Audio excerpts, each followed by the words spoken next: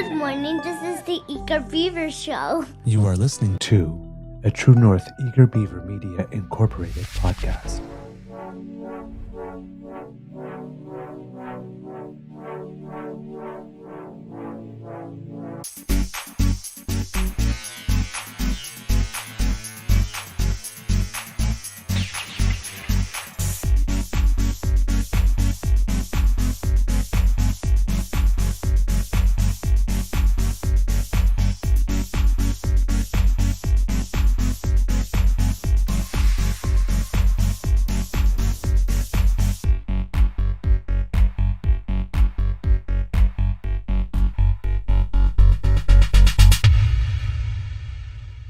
The True North Eager Beaver podcasts are proudly brought to you by our founding sponsors, the Misfit Mysteries from Corvid Moon Publishing, your source for science fiction, fantasy, and cozy mysteries featuring a broad diversity of characters, CanadianTarot.com, your uniquely Canadian online eclectic tarot community, and the Peppermaster, hot pepper sauces made from farm-fresh ingredients to thrill your taste buds and expand your mind.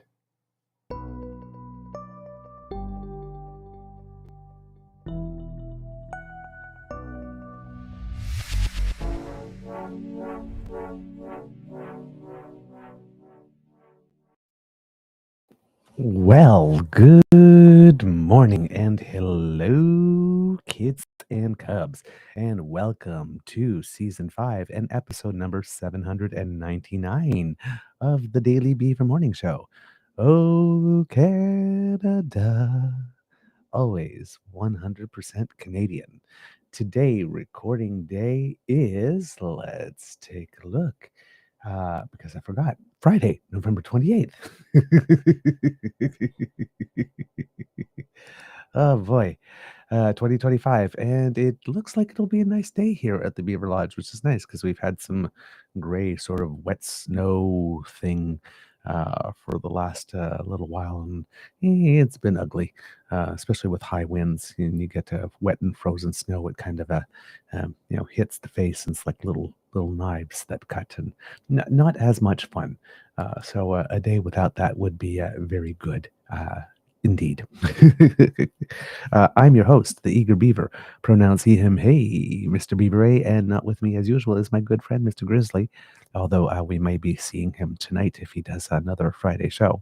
I will try to pop in if I can, but the show starts at 6, and that's our call time for our show. So, the Guys and Dolls show that I'm in, so it makes it a little trickier. But hopefully I'll be able to join in for a couple of minutes if I'm already at the theater exactly at 6 and can pop in and say hello as I'm getting into makeup and costume. But yeah, how's your mental health today, kids and cubs? Oh, I forgot to say, a big thank you goes to our podcast founding sponsors, the Peppermaster, the Misfit Mysteries from Corvid Moon Publishing, and PsychicTarot.ca. Now, kids and cubs, how's your mental health doing today? I am doing relatively well, I have to say. Good spirits. I'm not haven't gotten a lot of sleep the last 2 nights, or at least not as much as I wanted. I'm waking up on my own. Yesterday I didn't need the alarm clock, but I'm waking up on my own. And the sleep that I'm getting is solid sleep, but I'm only getting about 5 to 6 hours, and then I'm waking up, and I really wish I could get closer to 8. So yesterday, and my clock is just all over the place. So yesterday, for example, or the not last night, the night before, I fell asleep around 10 o'clock on the sofa, and woke up at around 2:30, 3 o'clock on my own, and that was it. I was up. And I was up for the day. I tried to have a nap later on in the day, but sleep didn't come. So yesterday I was up from about 3 o'clock in the morning until, almost 1 a.m. too, by the time the adrenaline high from the show, because we started our shows back again yesterday, came down. So that's a long period. And then to be up again at 6:20 this morning. And again, right now I'm feeling fresh. But yeah, by the time I got to show performance yesterday, ooh, Your beaver was tired. Again, was able to do a good show, a great show actually, and and deliver in that sense. But backstage, there was a lot less energy, and I don't know what it was yesterday. Yesterday, I was hungry. I just could not stop eating. I was like, I ate. I ate. My 3 meals yesterday, and all throughout the day, it's like I'm still hungry. Nibble here, nibble there, nibble there. But um, I had no appetite for a good long time when, what happened, um, the infection that sent me to the hospital. But yesterday, I could not get enough food in me. I was hungry constantly. So that's a little for me. That's a little weird. But all in all, feeling good. We had a great show, a nice sized audience. Thursday audiences are always a little some more slim, but still nice sized audience for especially for Thursday, and super engaged. Was laughing at absolutely everything and audibly so that we can hear them. And like I said, another standing ovation, another big roar after a sit down. You're rocking the boat. Just we're having so much fun, and I have to say that yesterday's performance, despite the fact that I personally was sleep tired, but I was not body tired. It was I was feeling very, very good and energetic that way. And like I said, mentally and emotionally feeling surprisingly well for such little sleep.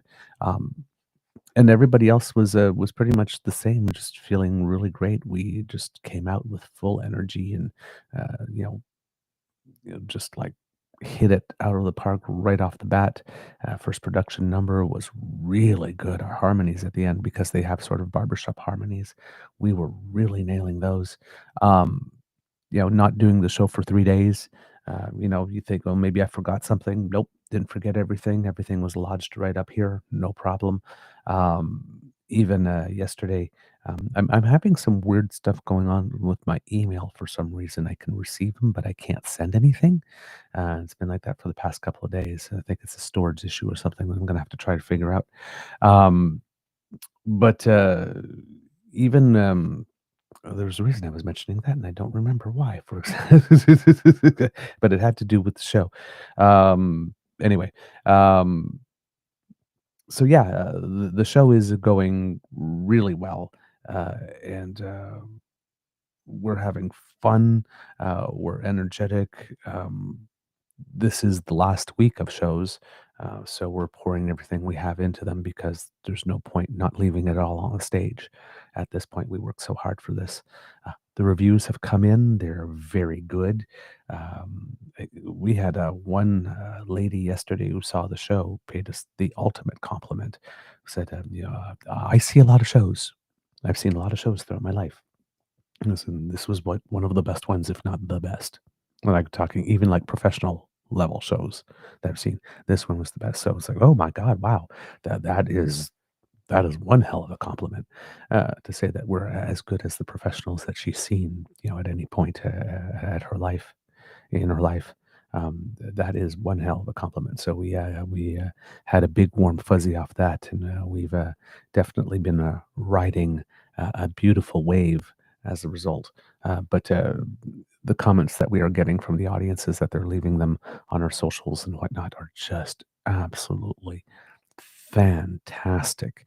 Um, I've never been in a show that has gotten reviews like this. We Will Rock You was a lot of fun. We had a lot of people come up and say, like I said, that was a great time. It was a great show. You guys did great and all that kind of stuff.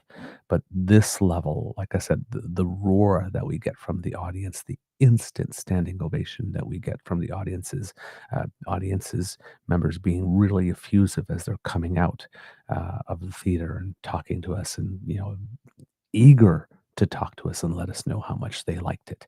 Um, big smiles on their faces, talking to each other. Oh my God, that was great, right? And, you catch these little snippets of conversation. Um, just it is very good for the soul.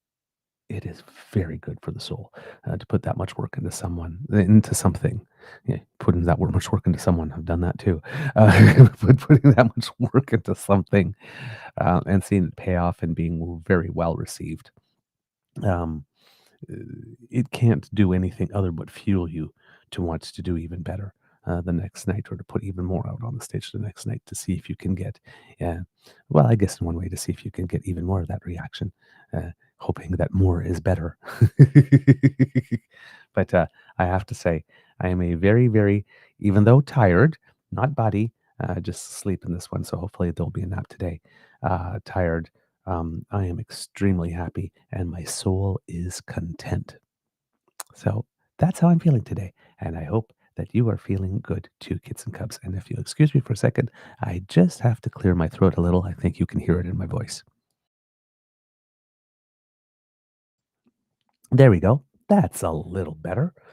Let's see here who we have in the chat. We have Kit Saucy with us, Kit Miss Shatika with us. We have Kit Linda with us, Kit Elaine, Kit Playing with 3D, Kit Tavi is with us as well. We have Kit Nona Carol with us. We have Kit Grace with us. Who else do we have? Kit Uncover is with us. I have to remember what your old names are, because YouTube is still changing the names on your file on there. I don't know why YouTube has been doing this, but it happens now and then. But this has been several days in a row here. I think that's Mohan, but I'm not sure. Uh, Kit Argosi here also with us. Yeah, I think that is everyone today. If I missed you, I'm so sorry. I just do not recognize all the names now that the things have been um, altered. But hey, you're here, we're here, and we're going to have a good time today, kids and cubs. And yes, I see your comment, Kit Saucy, about the director of the play. Let's see what it is that you wrote here. Where did it go? Oh, Kit Linda, sorry. It sounds like the director hit the sweet spot of putting together a company of people who magically click and complement each other. She really did. She really did. It's a really good vibe backstage. Really good vibe. I love it. I love it very much. All right. Kits and cubs. Well, yesterday was the day, and it was a dramatic day. But yesterday was the day that the much touted, much talked about, much vaunted, much whatever MOU deal with Alberta on a pipeline to West Coast Tidewater, despite the fact that a lot of people on the West Coast seem to have made it very clear that they do not want it. But, well, Danielle Smith, no to Danielle Smith just means try harder, or try a duplicitous way, or try a sneaky way, or whatever.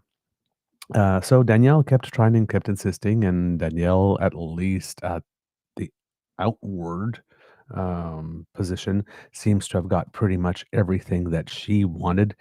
Danielle is extremely happy, unusually so, actually, because I mean she has a permanent sourpuss, and she is overjoyed.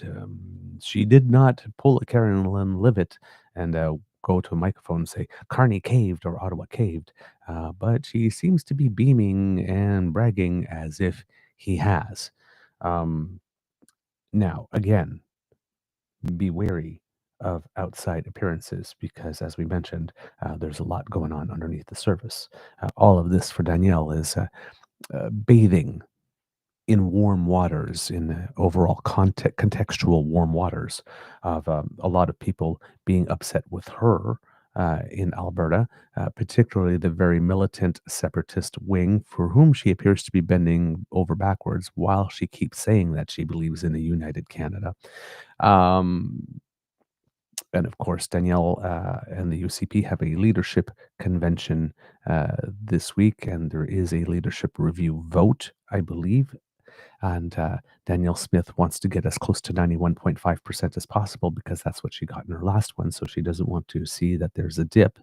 But unlike last time, Danielle has a whole bunch of scandals. The AHS scandal, Alberta Health Services scandal, being a big one. But other little tiny ones here and there, or maybe not so tiny ones here and there, especially with how she's handling certain things. And of course, She's been suffering a few setbacks. She tried to play too cute by half on a referendum for separation, and Thomas Lukasik and the good people from Forever Canadian got the best of her by getting their question early and managing to successfully get the question up with Elections Alberta for petition and successfully getting the signatures that were required for it to become a ballot question. So that has happened, and inspired by that, Albertans have decided to use recall legislation that the UCP brought in for the sole purpose of being able to get rid of NDP MLAs, especially when they were in power, and then that Danielle Smith um, change the rules of in order to make thresholds lower, in order to seize control of city councils, particularly the ones in Edmonton and Calgary, which will run and in particular Calgary itself by Jyoti Gondek, who is not politically aligned with the UCP. And well, we've recently had municipal elections in Alberta, and Ms. Gondek is no longer the mayor of Calgary. A recall was not needed. It was just the regular municipal elections, but that is the reason why they watered it down. They made the thresholds easier to reach because there were certain mayors that were inconvenient, and Danielle was hoping that that kind of legislation would be used to get rid of them. But she never expected that the legislation would be used against her, and now there are 14 at last count. I don't know if there's been any more that have been added yesterday, recall petitions that are underway. And if all of those were successful, so if they got the signatures that were required, and then a vote, sort of a plebiscite vote, referendum vote was held on whether or not this person gets to retain their seat, yes or no, and 8 of those, or 7, even 7 of those, lost their recall election, Danielle Smith would no longer have the majority. Now, of course, in such a recall election, if they have the vote and they say, yes, we do actually want to recall, then there's another slate of candidates. And I mean, the UCP could put up another candidate, which could win. Um, right. So it doesn't necessarily mean she loses the seat forever. But, it could do some damage. Um, so that's happening. And it seems that at that convention, she has organized things such that big questions on separation and stuff, that wing of the party, the really militant right wing, let's just ditch Canada, it's hopeless, and let's all leave and do our own thing and maybe become the 51st state faction of her party, are not being encouraged or invited to discuss this very salient matter at the convention. So they're not the happiest with her, even though they don't really have anybody else, but they are not the happiest with her right now. So she needs to go into that leadership convention, especially if she wants to get something close to 91.5. So there aren't barrels of ink spilt about, oh my God, she only got 78 or 81. Is she slipping? All that type of stuff. She doesn't want to create that narrative. So she's doing her best. So this MOU that she has in her hands, um, as we stated on the show, our feeling was that she was going to say that it's great, it's fantastic, it's wonderful. Look at what I've achieved, right? So that she can go into that review, was pointing to something shiny, pointing to that promised land of another pipeline. Um, while doing as little as possible to acknowledge the existence of the first pipeline to Tidewater, a pipeline with which no conservative elected official, either federal or provincial, had anything to do with. If you want a pipeline to Tidewater, you need to ask a liberal. So I guess that's what's happening now again, now that she wants another one. And she's happy. Like I said, on one part, it is a refreshing change to see Danielle Smith not be a constant source of negativity. But at what price is the question. But Danielle is extremely happy. Then we have the Prime Minister, who also appears happy. Whether or not he is, We don't know, but appears to be happy that he signed this deal. Strategically, the Prime Minister has indeed thrown the ball directly into Danielle Smith's court for all the critical elements that would be required: consultation, finding a proponent, that type of stuff, and selling it to her base, of course. And when he's talking about consultations not only in general with people from the industry, but with people within the government of British Columbia who are quite opposed to the idea, and with coastal First Nations who are extremely opposed to this idea, who made it very clear that we do not support this. We never have supported this. We haven't supported this for decades, and we still don't support this. That tanker ban that is talked about um, it has been in place, I think, since I can't remember when, but it legally has been in place for not very long. But a little known fact is that it legally doing that was enshrining a moratorium that had existed since about 1972 with regard to that tanker ban. Um, so this is something that the people have believed in for a long time on the West Coast. Um, and therefore, we had the Oil Tanker Moratorium Act that passed in 2019, was Bill C-48 in that parliament. Um, that came into effect under Prime Minister Trudeau, and that act. And here's the thing: is that it's not a complete ban for those who are interested. Uh, the act bans oil tankers carrying more than 12,500 tons of crude oil or persistent oil as cargo from stopping off the coast of British Columbia's north coast, from the northern tip of Vancouver Island to the border with Alaska. The Act also establishes an administration and enforcement regime, which includes requirements to provide information, to follow directions, and that provides for fines for up to $5 million Canadians, $5 million Canadian. So technically, if you wanted to, now don't know enough about this industry, and I don't know if a tanker carrying less than 12,500 tons of crude oil or persistent oil as cargo, uh, if you sent a ship of that size all the way out to Asia, would that be profitable with shipping costs and getting the ship there and whatnot? Or do you need actual tankers that carry more than that to make this economically viable? But if you don't, then a whole bunch of tankers carrying less than that, getting the oil out, wouldn't infringe upon the moratorium. But if we are talking about bigger ships, well, then of course, right, you're going to have to do that. So, um, so yeah, just a little interesting note there that it isn't like no oil ever under any circumstances, right? It's oil tankers carrying more than 12,500 tons of crude oil or persistent oil. That is the affecting the tanker. That affects that tanker ban.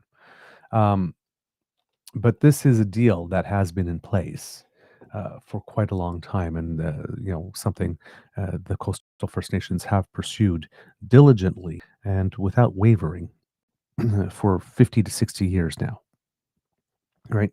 They're not about to change their mind, and I don't know how this consultation goes down, right?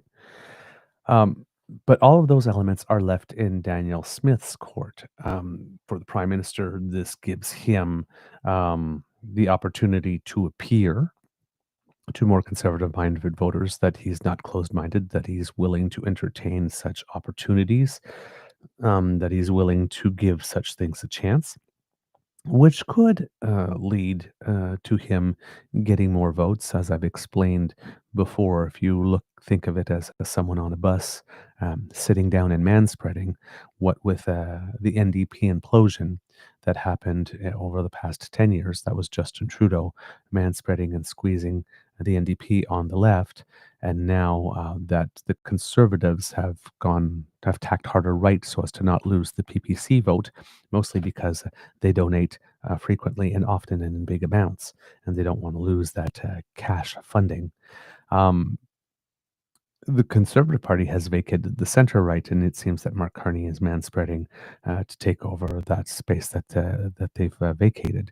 Now he can only manspread so far right before creating an opportunity for the left to come back in. And one would say that this MOU with Alberta creates some winning conditions for the NDP to give itself a lifeline if it is able to do that, and does have the political skills and smarts and strategy in order to use this as a subject to elevate itself.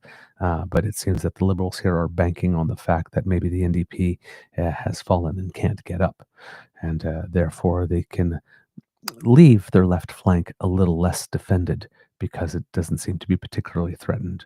But there have been a series of decisions now that have created the conditions for someone who might be a little more charismatic and organized and disciplined on the left from the social democratic wing of the Canadian political spectrum to come and do some damage to the Liberals.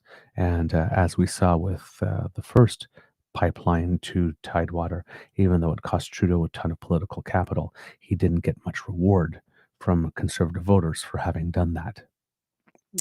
And this could be a similar situation for Carney as well. That said, however, the difference between Carney and Trudeau is that Carney has always presented himself as a more conservative-minded liberal to begin with, and therefore doesn't have as steep of a hill to climb to be considered credible as a progressive conservative, at least, option over the long term. Trudeau never would have. Nobody would have ever bought Trudeau as someone who has more progressive conservative sensibilities, even if he had had the political wisdom or ability to pivot and notice that times were changing and tack a little more to the right than he had. I don't think it would have been believable at that point. Mark Carney does have some credibility on that front, having come from the world of finance and having had been appointed initially by Stephen Harper. So this is where the things stand at the moment. Both sides here have stuff that they could potentially gain if they play it right. Both sides have stuff to lose if they play it wrong. On Mark Carney's side, there already is a loss in that, and I'm sure you've all heard about it, but that he lost a cabinet minister over this. Now, he didn't lose a cabinet minister in the same way that the Conservatives lost either d'Entremont or Généreux. D'Entremont just outright crossed the floor. Généreux resigned as a Conservative, and is now sitting as, I don't know if he's resigned. I guess he's sitting. I'm not sure if he's sitting as an independent in the House of Commons or still as a Conservative. But he's announced that he's resigning and leaving politics altogether. Stephen Guilbeault, or Guilbeault, I should say, took another track yesterday.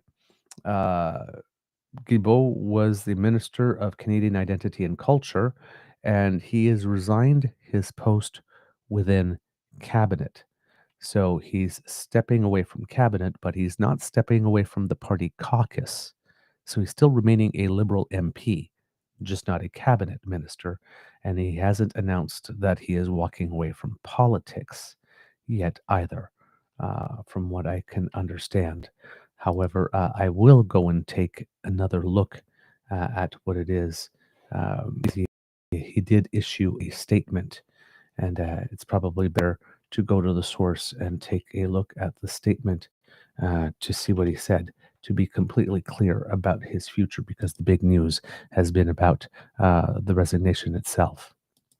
So, according to him, and this is his statement, this afternoon it is with great sadness that I submitted my resignation to the Prime Minister as Minister of Canadian Identity and Culture and Minister responsible for official languages, Minister of Nature and Parks Canada, as well as his Lieutenant in Quebec. As you know, I chose to enter politics to champion the fight against climate change and the protection of the environment. Over the past 10 years, our country has made historic progress in reducing climate pollution, protecting nature and the environment, while our economy continued to grow. I believe I have contributed to these advancements, and I remain deeply proud of the achievements I've helped bring forward. Standing up to tech giants and major polluters, implementing Canada's first emissions reduction plan, slowing their growth and placing them on a downward trajectory, establishing the National Day for Truth and Reconciliation, modernizing the Canadian Environmental Protection Act, developing the country's first national climate adaptation strategy to protect our communities, eliminating harmful single use plastics, implementing the most ambitious nature conservation plan in the country's history, continuing the modernization of the Official Languages Act, making historic investments in arts and culture, including during the COVID-19 crisis and in the most recent budget. Changes in our relationship with the United States have led to profound disruptions affecting the global order, diplomatic relations, and the economy. I understand and share the Prime Minister's efforts to ensure our country remains united and that all regions feel they have a voice. Despite this difficult economic context, I remain one of those for whom environmental issues must remain front and center. That is why I strongly oppose the Memorandum of Understanding between the federal government and the government of Alberta. First, there was no consultation with the Indigenous nations of the west coast of British Columbia or with the provincial government, who would be greatly affected by this agreement. Furthermore, a pipeline to the west coast would have had Furthermore, a pipeline to the west coast would have major environmental impacts, particularly as it could cross the Great Bear rainforest, contribute to a significant increase in climate pollution, and move Canada further away from its greenhouse gas reduction targets. Lifting the tanker ban on the west coast was also significantly increase. Let's try that sentence again. I don't know what's going wrong with me. I'm switching words. Lifting the tanker ban on the west coast would also significantly increase the risk of accidents in the region. This moratorium was established in 1972 following a unanimous vote in the House of Commons, notably because navigation in the Hecate Strait is highly dangerous. Its removal would also hinder the creation of a marine conservation area in the Great Bear Sea, a project our government has been actively developing with Indigenous partners and the government of British Columbia for several years, protecting more than 100,000 square kilometers of this ecologically sensitive region. We cannot hope to decarbonize our economy without decarbonizing the electricity sector. The proposal to exempt Alberta from the clean electricity regulations in exchange for stricter industrial carbon pricing rules and the Pathways project is, in my view, a serious mistake. As shown in the analysis submitted to the House of Commons, without this regulation, the electricity sector, which has halved its pollution over the past 20 years, would return to an upward emissions trajectory. This regulation also saves lives by reducing air pollution, generates over $3 billion in healthcare savings, and ultimately reduces greenhouse gas emissions by 182 million tons. Additionally, introducing a new fossil fuel subsidy for enhanced oil recovery contradicts the framework adopted by the Liberal government in 2024 to eliminate fossil fuel subsidies, while giving a competitive advantage to this industry at the expense of renewable energy and clean technologies. Finally, over the past few months, several elements of the climate action plan I worked on as Minister of the Environment has been or are about to be dismantled. The consumer carbon pricing, the zero emission vehicle standard, the oil and gas sector emission caps, and frameworks to eliminate fossil fuel subsidies, and the clean electricity regulations. In my view, these measures remain essential to our climate action plan. I want to express my sincere gratitude to the citizens of Laurier-Sainte-Marie for the trust they have placed in me since 2019. I will continue to represent them as their Liberal Member of Parliament with dedication. I also thank the Prime Minister for the honor of serving in his cabinet and as his lieutenant in Quebec. When I entered politics, it was because I had a deep conviction that I could make a difference in fighting climate change and protecting our environment. My commitment to leaving a better world for the future of our children and our planet remains unchanged. Stephen Guilbeault, Member of Parliament for Laurier-Sainte-Marie. There you have it, kits and cubs. That's his step aside from cabinet, at least, letter, and explaining his reasons why. All of them make sense. All of them are cogent and coherent with that which we know to be true of Stephen Guilbeault. With regard to the Hecate Strait, specifically, as he mentions here, there's a quick video from Elizabeth May talking about the Hecate Strait and explaining why the tanker ban exists and why protecting it matters. It's fewer than 2 minutes, And since we just talked about it, I'm going to put it in here for you, kits and cubs, so that you can get her perspective on this. As you know, Elizabeth May, while she may not be someone everybody necessarily will vote for, she has been parliamentarian of the year in the past, and most hardworking, and she knows her files like the back of her hand. And when you want the straight goods without any BS, you usually go to Miss May, and you can get it. So here she is explaining what is very important to protect this particular navigation way. Hello, lesson on geography and safe marine transit for oil tankers, especially to the attention of slow learners. Danielle Smith, Andrew Shear, take note. Here we go. You cannot put tankers through the Hecate Strait. So let me show you. This is a quick and dirty map I just drew. This is British Columbia. This is the west coast of British Columbia, Alaska up here, Yukon here. This is where I live, on Vancouver Island, coming down the southern part of the coast of British Columbia. And up here, the territory of the Haida Nation, Haida Gwaii. In between Haida Gwaii and the northwest coast of British Columbia is the most dangerous body of water in Canada. That's right. Right here, the Hecate Strait is covered by the tanker ban. Yesterday in Parliament, Andrew Shear said, "Why are the Liberals keeping in a law that prevents Canada from exporting our oil while U.S. tankers travel through the exact same place?" No, Andrew, no, wrong.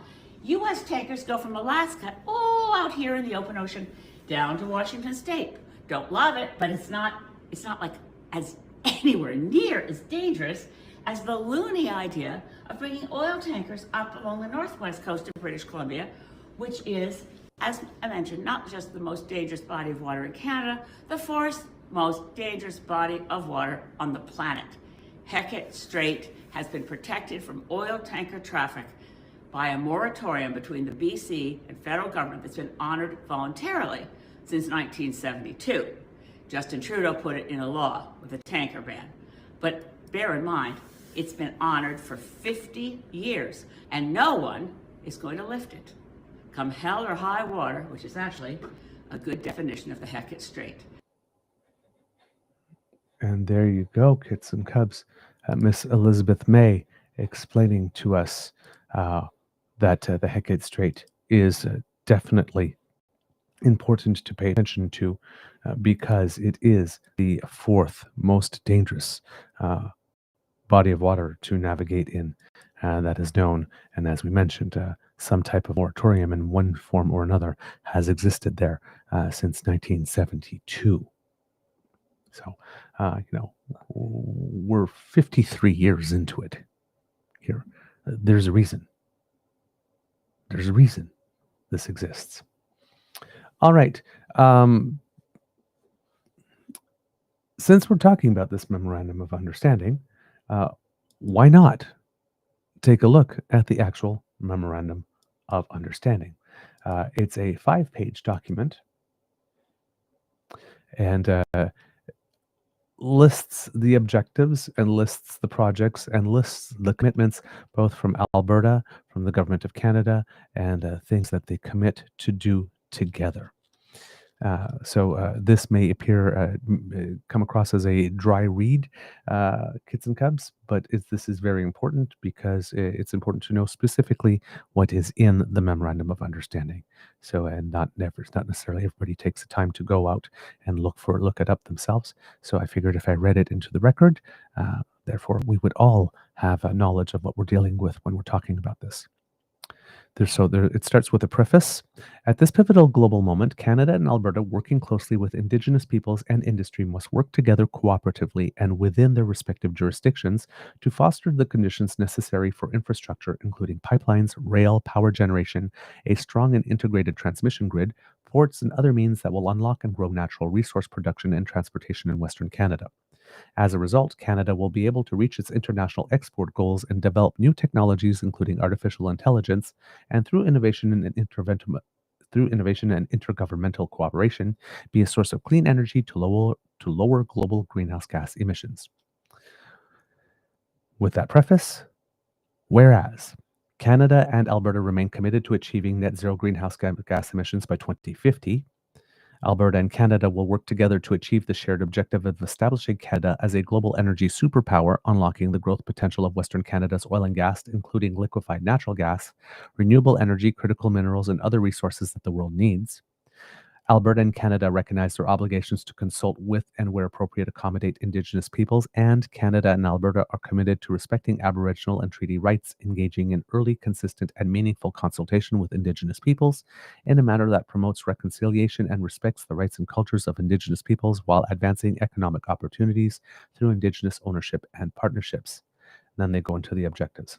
Now, as an aside on this, I'm reading this and they're talking about early, consistent, meaningful consultation with Indigenous peoples. And this is twice now that I'm seeing that the federal government could have engaged in this consistent and meaningful consultation with Indigenous people even earlier than they have, but have chosen not to.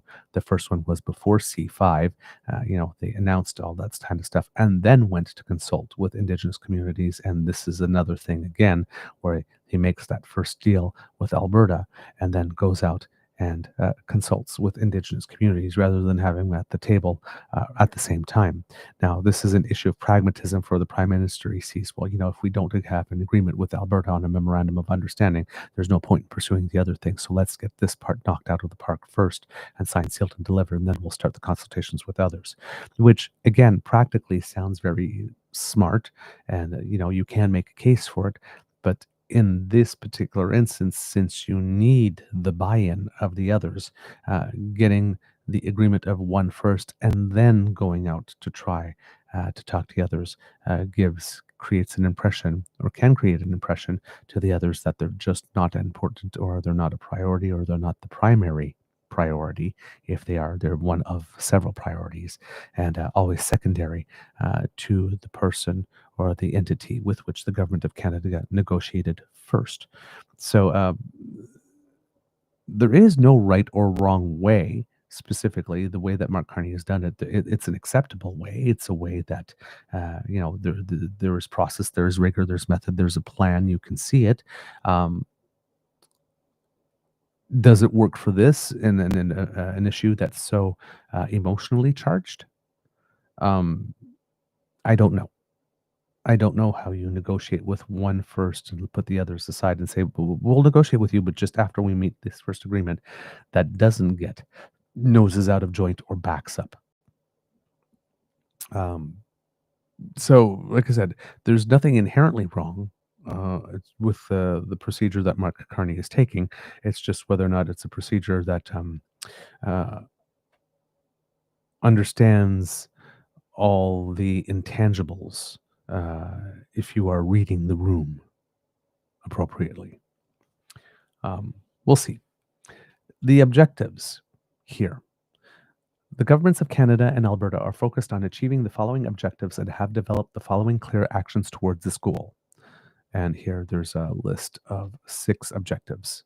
1, increasing production of Alberta oil and gas to reach Canada's export and national security goals, creating hundreds of thousands of new jobs, while simultaneously reaching carbon neutrality by, in part, reducing the emissions intensity of Canadian heavy oil production to best in class in terms of the average of heavy oil by 2050. Increasing electrical generation for consumer and industrial use on Alberta's electricity grid, including meeting the needs of AI data centers while simultaneously reaching net zero greenhouse gas emissions for the electricity sector by 2050. 3. Creating electricity and energy policies that address consumer affordability, electricity grid stability, economic competitiveness, and long-term competitive certainty that attract Canadian and foreign sources of private sector capital investment. 4. Reducing layers of regulatory overlap and simplifying regulatory systems to ensure a maximum 2-year time frame for permitting and approvals, with the goal of shorter project approval timelines where feasible. And 5, I apologize, I lied, it was 5 points, not 6, providing meaningful opportunity for Indigenous right holders to participate in consultation processes and economic opportunities through Indigenous ownership, partnerships, and benefits. The projects. Construction of one or more private sector constructed and financed pipelines with Indigenous peoples co-ownership and economic benefits with at least 1 million barrels a day of low-emission Alberta bitumen with a route that increases export access to Asian markets as a priority. The application for this pipeline project will be ready to submit to the Major Projects Office on or before July 1st, 2026. It is agreed this new pipeline would be in addition to the expansion of the Trans Mountain Pipeline for an additional 300,000 to 400,000 barrels per day destined for Asian markets. So this is very important because when we're talking about getting Danny her extra billion a day, we were looking at expanding the Trans Mountain Pipeline, which could add an additional 300,000 to 400,000.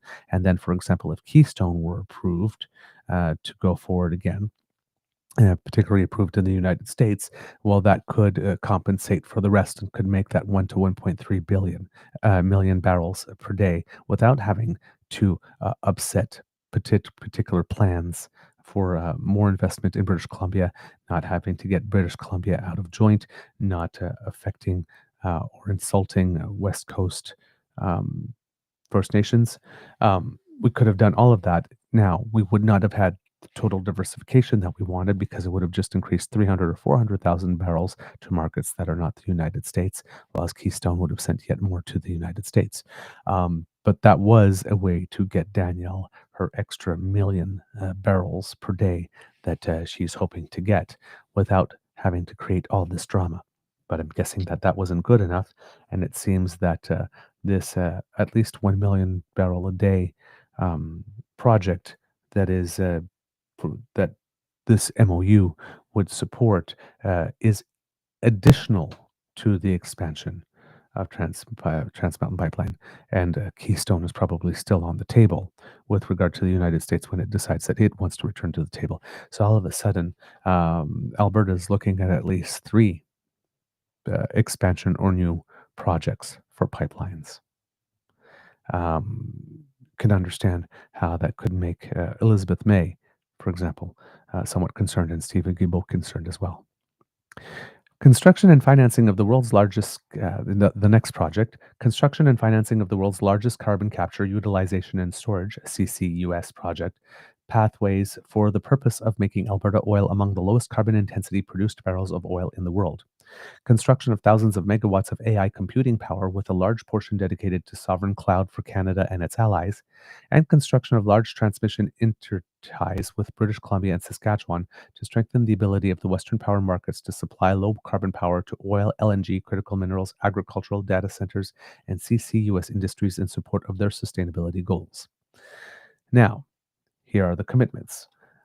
This is what Alberta commits to act as a proponent for advancing the development of a bitumen pipeline to Asian markets that offers the opportunity for Indigenous co-ownership and other forms of economic benefits for designation and authorization under the Building Canada Act. In consultation with Indigenous leadership, utilize the Alberta Indigenous Opportunities Cooperation to help backstop Indigenous co-ownership of the bitumen pipeline project and, if appropriate, pathways. Extend the Alberta Carbon Capture Incentive Program to support pathways. Foster the development of sequestration permitting, worker training, and the capability for Alberta exports of CCUS-related products and services. On or before July 1st, 2026, implement a policy framework to incentivize large investments in a data center development, including incentives for Canadian sovereign computing. On or before January 1st, 2027, collaborate with Canada to develop a nuclear generation strategy to build and operate competitive nuclear power generation that can serve the Alberta and interconnected markets by 2050. Collaborate with Canada to significantly increase the inter-tie transfer capability between the Western provinces, with consideration to the northern regions, to build the low-carbon generation and transmission grid that supports the growth of low-intensity heavy oil, LNG, critical minerals, agriculture, data centers, and CCUS industries for export growth and domestic use. And collaborate with BC to ensure British Columbians share substantial economic and financial benefits of the proposed pipeline. So what I'm seeing in here when I'm reading this is, yes, to be responsible for the proponent, be responsible for negotiations with the province of British Columbia and First Nations, to try and find a way, if possible, to not only backstop Indigenous co-ownership of the pipeline itself, but of the Pathways project as well, if there are appropriate ways to do so. Then have a policy framework for incentive to incentivize drawing investment to Alberta for data center development, and particularly with regard to what the Prime Minister is talking about, having a Canadian cloud or sovereign Canadian data. So this is a very good initiative. I question personally the idea of wanting to locate sovereign data centers in a province that has a very strong separatist vibe. That's a project I would have preferred going to British Columbia or maybe even Atlantic Canada or Manitoba, uh, perhaps, or even the territories, for example. But yeah, I'm not sure that when we're talking about sovereign anything, that at this particular time in our history and in the political dynamic, one is seeking to locate those in Alberta is in a national sovereign interest here. But he's putting it in there. On or before January 1st, 2027, collaborate with Canada to develop a nuclear generation strategy. So Danielle Smith has been talking a lot about baseload power, and it seems that the Prime Minister has said, well, rather than finding more gas, or more oil for that, why don't we switch you to nuclear, given that hydro isn't really an option for Alberta? So let's do that. So this is a carbon play over the long term. If all that additional baseload power that Danielle Smith is worrying about could be supplied by nuclear rather than oil and gas, that is a displacement of a lot of greenhouse gases. So it's an interesting move to reorient it. And then when we're talking about here, you know, strengthening the transmission grid and then trying to find a way through either an intertie or whatnot to connect that so that there could be a more solid grid from Saskatchewan to BC or even including Manitoba and going up into the territories where all of them are interconnected with each other. So in case power comes down or gets cut out from one source, it can be regenerated or redirected through another pathway. This would be rather important. And then it seems that another element is to maybe try to convince British Columbia, the province itself and the government of the day at the time, you're opposed to it. How much will it cost us to buy your consent? Essentially here, that no, we're going to pay you, British Columbia, for having this travel across your territory to access waters on the West Coast. That sounds like a lot. Okay, sounds a lot like sitting across the table. How much is it going to cost us to get you to agree? Essentially. Now, Canada commits to, in consideration for the mutual commitments agreed to in this MOU, Canada will not implement the oil and gas emissions cap, which has not yet been put into effect. Acknowledge Alberta's approach to regulating heavy electricity generation emitters through Alberta's Technology Innovation and Emissions Reduction Program, or the TIER program. You can hear a lot about that. For Alberta to provide long-term certainty and time needed by industry and innovators to develop the needed carbon capture, utilization, and storage, direct air capture, nuclear infrastructure, and other emissions technologies necessary to achieving a net zero power grid by 2050. Suspend immediately the clean electricity regulations in Alberta pending a new carbon pricing agreement, which includes the electricity sector administered through Alberta's TIER program to be negotiated by the parties on or before April 1st, 2026. Upon completion of the new carbon pricing agreement and factoring all other measures to the satisfaction of both parties, Canada will place the clearing electricity regulations in Alberta in abeyance. So basically making a carve out for Alberta specifically if they agree to industrial carbon pricing at a level that is substantial enough. It seems that they are looking at raising that to $130 per ton, I think it is. I'm not sure what the measurement is there, so don't quote me on that. But $130, and I've seen some reports saying that it would have to be as high as $400 for it to make a very significant impact. So even though Alberta is would be agreeing to higher industrial carbon pricing and agreeing to industrial carbon pricing specifically, which then creates a very difficult situation for Pierre Poilievre, who's been yelling about it for the past 3 months, like he's been yelling about the regular carbon tax at the time, and say, it's got to go, you need to tax that tax. And now he's got Danielle Smith, another conservative, very loudmouth, very vocal conservative, turning around and say, "Oh, no, that type of regulation is absolutely fine by us." That doesn't help Pierre. So there are some elements of this, if you're looking strategically playing the long game, that while it may seem that Canada might be giving up a lot and giving Alberta everything that it wants, or Danielle Smith everything that she wants, at least on paper, does create some situations for Pierre Poilievre that are very, very difficult, because a lot of the things that he's been railing about are things that now Danielle Smith is going to start supporting. Places him in a very weird position. Canada commits to declare that an Alberta bitumen pipeline to Asian markets as a priority that offers opportunities for Indigenous co-ownership and economic benefits is a project of national interest and can be referred to the Major Projects Office for consideration of designation under the Building Canada Act. So this is one of the things I was thinking, that this MOU was necessary because there's no way it could become a major project at the MPO, given that there was no way it would be green enough or respect Indigenous title or have Indigenous participation enough to be there. It seems that the Government of Canada and the Government of Alberta both agree that if these things can be done and done well, that would indeed meet the environmental requirement and the consultation requirement and the Indigenous participation and ownership requirement enough to be included on the Major Projects Office list as a project of national interest. That surprises me, but okay. Collaborate with Alberta to provide a clear and efficient approval process for the Alberta bitumen pipeline under the Building Canada Act.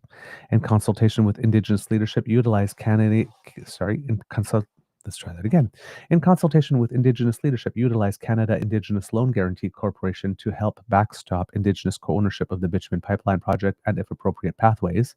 If an Alberta bitumen pipeline is ultimately approved under the Building Canada Act and provides opportunities for Indigenous co-ownership and shared economic benefits, Canada confirms that it will enable the export of bitumen from a strategic deepwater port to Asian markets, including, if necessary, through an appropriate adjustment to the Oil Tanker Moratorium Act. Extend federal ITCs. I wish I remembered what ITCs meant. Hopefully it was defined earlier in the document. I do not see it. So I do not know what ITCs are off the top of my head. That is not good. I should know that. Let me see if I can take a look here and find out what it might be. Oh, input tax credits. Duh. Okay. I don't know why I didn't know that, but now I do. So let's go back here. Extend federal income tax credits. Is that it? Input tax credits. Sorry. Okay. So back to the text. Extend federal input tax credits and other policy supports to encourage large-scale carbon capture, utilization, and storage investments, including pathways and enhanced oil recovery, in order to provide the certainty needed to attract large additional sources of domestic and foreign capital. Work collaboratively with Alberta to design policy supports that enable the deployment of nuclear technology, CCUS, that's carbon capture and utilization storage, and energy storage to enable decarbonization of the electricity system while ensuring its reliability and affordability. As outlined in Budget 2025, propose amendments to the Competition Act to remove some of the greenwashing provisions that are creating investment uncertainty. So I'm guessing that essentially means allow companies that do things that they claim are green to claim that they are green with maybe less evidence or proof of the fact that they are actually reaching those green objectives. But yeah, as outlined in Budget 2025, propose amendments to the Competition Act to remove some of the greenwashing provisions that are creating investment uncertainty. And finally, undertake to conduct good faith consultations with Alberta on the development and I'm having trouble today. Undertake to conduct good faith consultations with Alberta on the development and implementation of federal regulatory or policy measures that might impact Alberta industry and the shared goal of making Canada a global energy superpower. Now, together, Canada and Alberta will agree to engage with British Columbia immediately in a trilateral discussion on the pipeline project and during the potential development and construction of the bitumen pipeline referred to in this MOU, and to further the economic interests of British Columbia related to their own projects of interest that involve the province of Alberta, including interties. In addition, Canada will work with BC on other projects of national interest. Canada will work with BC on other projects of national interest in their jurisdiction. Canada and Alberta also agreed to engage meaningfully with Indigenous peoples in both Alberta and British Columbia on this project, with the involvement of the BC government for engagement with BC First Nations. Canada and Alberta will work collaboratively to design and commit to globally competitive, long-term carbon effective prices, carbon levy recycling protocols, and sector-specific stringency factors for large Alberta emitters in both the oil and gas and electricity sectors through Alberta's tier system. The tier system will ramp up to a minimum effective credit price of $130 per ton. That's what I was talking about earlier. The parties will conclude an agreement on industrial carbon pricing on or before April 1st, 2026. Examples of issues to be addressed in the new agreement include the date for introduction of the effective price and the price increases over time. This industrial carbon pricing agreement will include a financial mechanism to ensure both parties maintain their respective commitments over the long term to provide certainty to industry and to achieve the intended emissions reductions. Canada and Alberta will also recognize Alberta's jurisdiction over the tier system. Canada and Alberta agree to work cooperatively to ensure the Alberta carbon market functions reliably and provides a predictable basis for decision-making by industry and investors. This includes a shared undertaking that following the completion of this memorandum of understanding, the two governments will work cooperatively to ensure the application of Alberta's carbon pricing system, including pricing and stringency, is adapted to the specific circumstances of the electricity sector, the oil and gas sector, and other large emitters such as fertilizer and cement sectors. Canada and Alberta will enter into a methane equivalency agreement on or before April 1st, 2026, with a 2035 target date and a 75% reduction target relative to 2014 emissions levels. Alberta and Canada will work cooperatively with the Pathways partner companies to develop and enter into a trilateral MOU on or before April 1st, 2026 for a multi-phased approach to delivering a set of emissions-saving projects like the Phase 1 Pathways projects, focused predominantly on carbon capture and storage, solvent-based replacements, and other actions taken by Pathways that reduce emissions intensity. The Phase 1 Pathways projects will be the Phase 1, I'm having trouble today, kids and cubs, I'm so sorry. The Phase 1 Pathways projects will be built and commence operations in a staged manner between 2027 and 2040 to achieve committed emissions reductions at date-certain intervals. Canada and Alberta agreed to this trilateral MOU, and the approval and commencement of this initial Phase 1 Pathways projects will be a precondition to the commencement of the approved bitumen pipeline referred to in this MOU. So it's good to see that this is indeed a precondition. Canada and Alberta agree that the approval, commencement, and continued construction of the bitumen pipeline is a prerequisite to the Pathways project, including the extension of the Alberta ACCIP program. Okay. All right. Canada and Alberta. So basically, it's a bit of, they're calling it a chicken and egg situation. There's no pipeline without pathways, and there's no pathways without a pipeline. So Danielle Smith says that there's no point in pursuing pathways if there's not going to be a pipeline, because it's going to be multi-billion-dollar investment in pathways for what? And the Prime Minister is saying, well, there's no multi-billion-dollar investment, and I'm certainly not going to spend a lot of my political capital on this pipeline if there is no pathways. So I guess that they've both agreed that both of them go hand in hand. And as it says here in the next one, Canada and Alberta agree that the Pathways project is also a prerequisite to the approval, commencement, and continued construction of the bitumen pipeline, given that the two projects referred to in this MOU are mutually dependent. Canada and Alberta agree that in order to hold all parties to account for all phases of the Pathways projects, the trilateral MOU with Pathways must include effective enforcement mechanisms to ensure the completion of all phases of the infrastructure and the associated emissions reductions by the Pathways companies as outlined in the MOU. Such mechanisms could include, but are not limited to tax and regulatory measures. Canada and Alberta agreed to work collaboratively, including with other provinces where appropriate, to develop domestic carbon capture supply chains in Canadian steel and pipe production supply chains. So in other words, we're going to be buying Canadian, using Canadian steel and aluminium and all that kind of stuff in order to build this new pipeline. Negotiate a cooperation agreement on impact assessments on or before April 1st, 2026 that reduces duplication through a single assessment process that respects federal and provincial jurisdictions. Work cooperatively to streamline the regulatory processes among federal agencies, the Canadian Energy Regulator, the Alberta government, and municipalities to achieve a maximum 2-year timeframe for approvals while targeting shorter approval timelines where feasible. Work cooperatively with Indigenous parties in Alberta to consult and accommodate on the CO2 pipeline and capture and storage facilities related to pathways. Continue to work together to achieve the objectives set out in this MOU, and establish a communications protocol whereas each party must agree to public communications of this MOU and its content prior to information being released.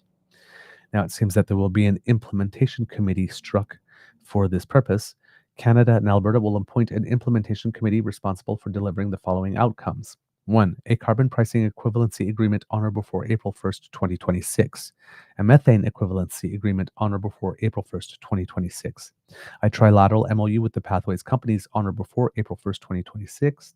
And a cooperation agreement on impact assessments by or on April 1st, 2026. So these 4 elements are due by April 1st, 2026.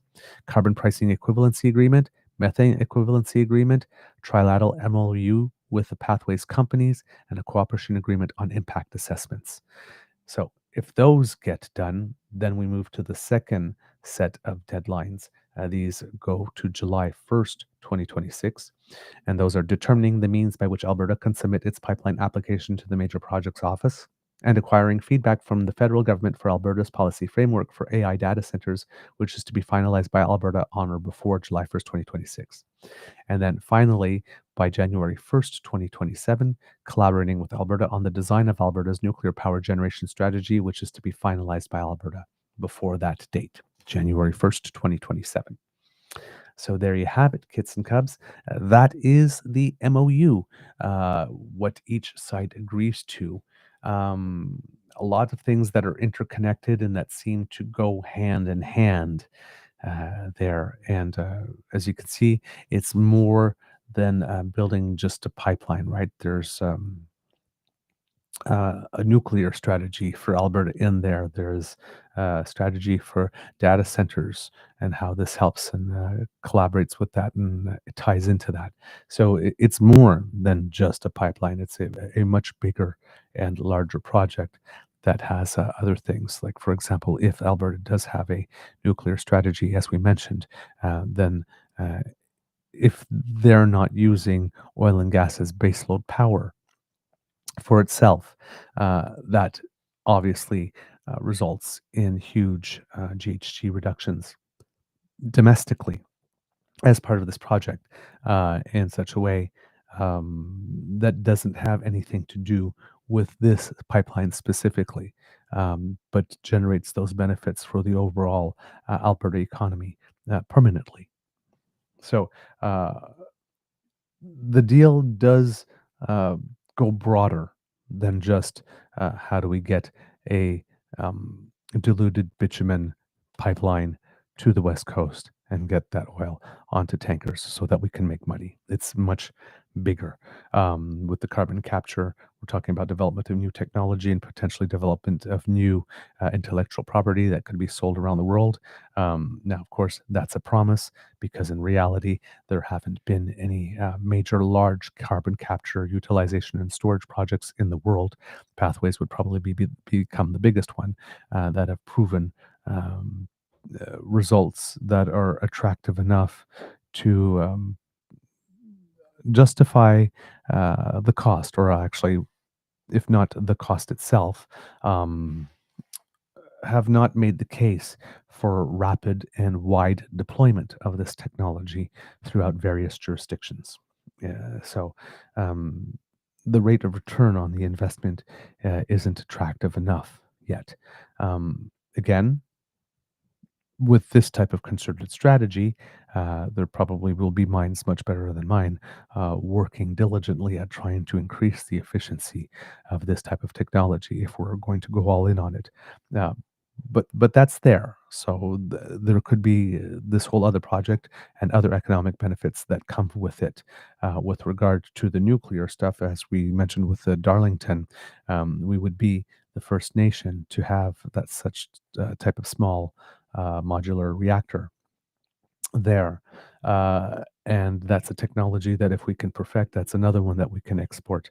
And I would assume that similar small reactors, maybe some larger ones would be needed in Alberta for what would be the case there. But that would also increase our knowledge and our capacity to export intellectual property and also technical capability with regard to building and maintaining and putting in place such nuclear facilities.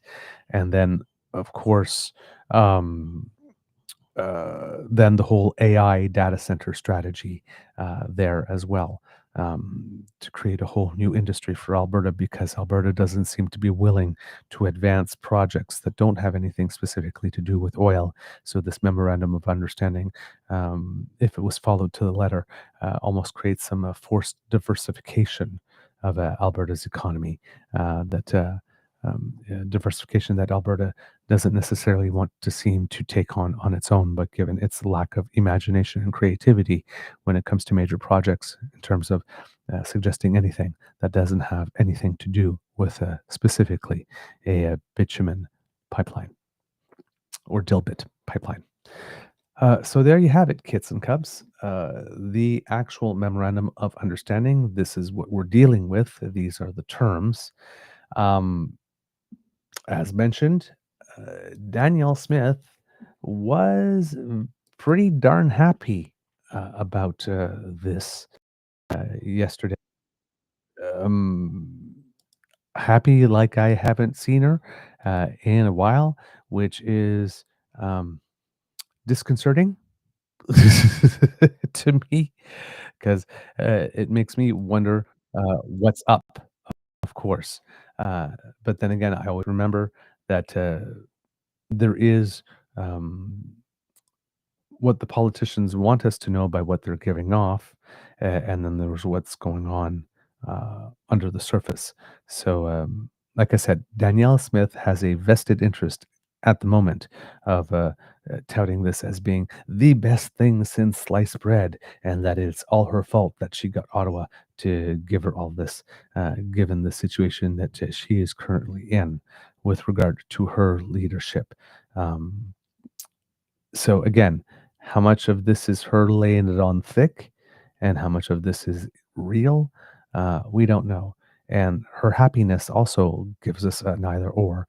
Either this deal is actually really, really real, an actual, because right now, you have to understand the framing, right? There are people coming out and says, we've got a pipeline.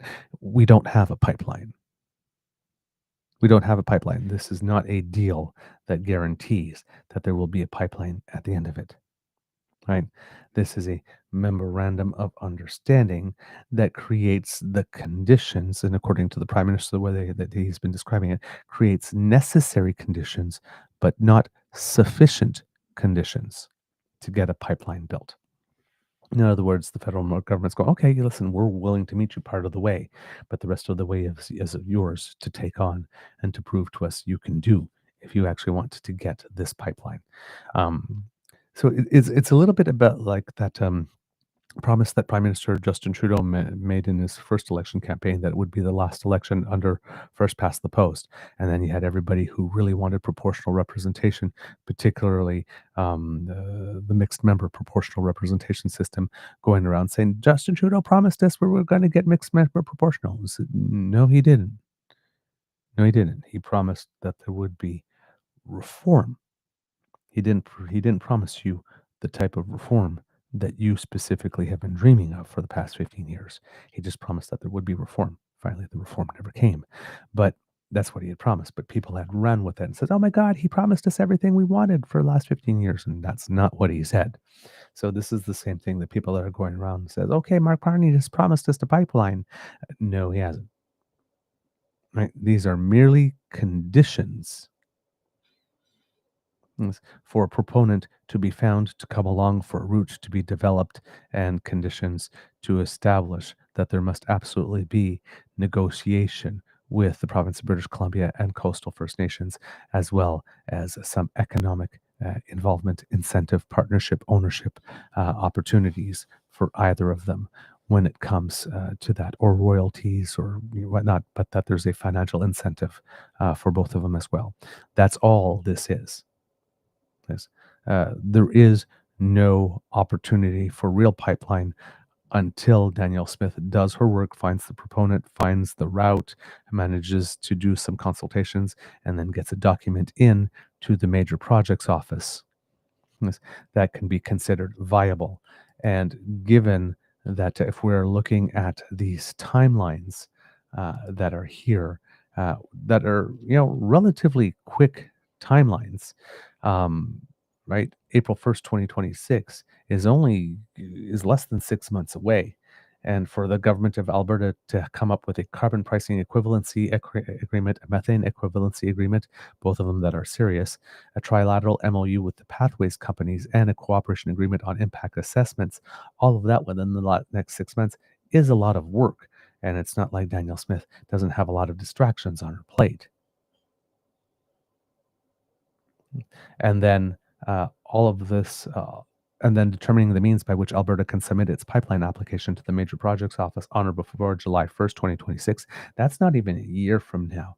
And I cannot imagine any situation in which credible consultation with the Indigenous community enough to get a project of this size off the ground and into the Major Projects Office can be completed between now and July 1st, 2026.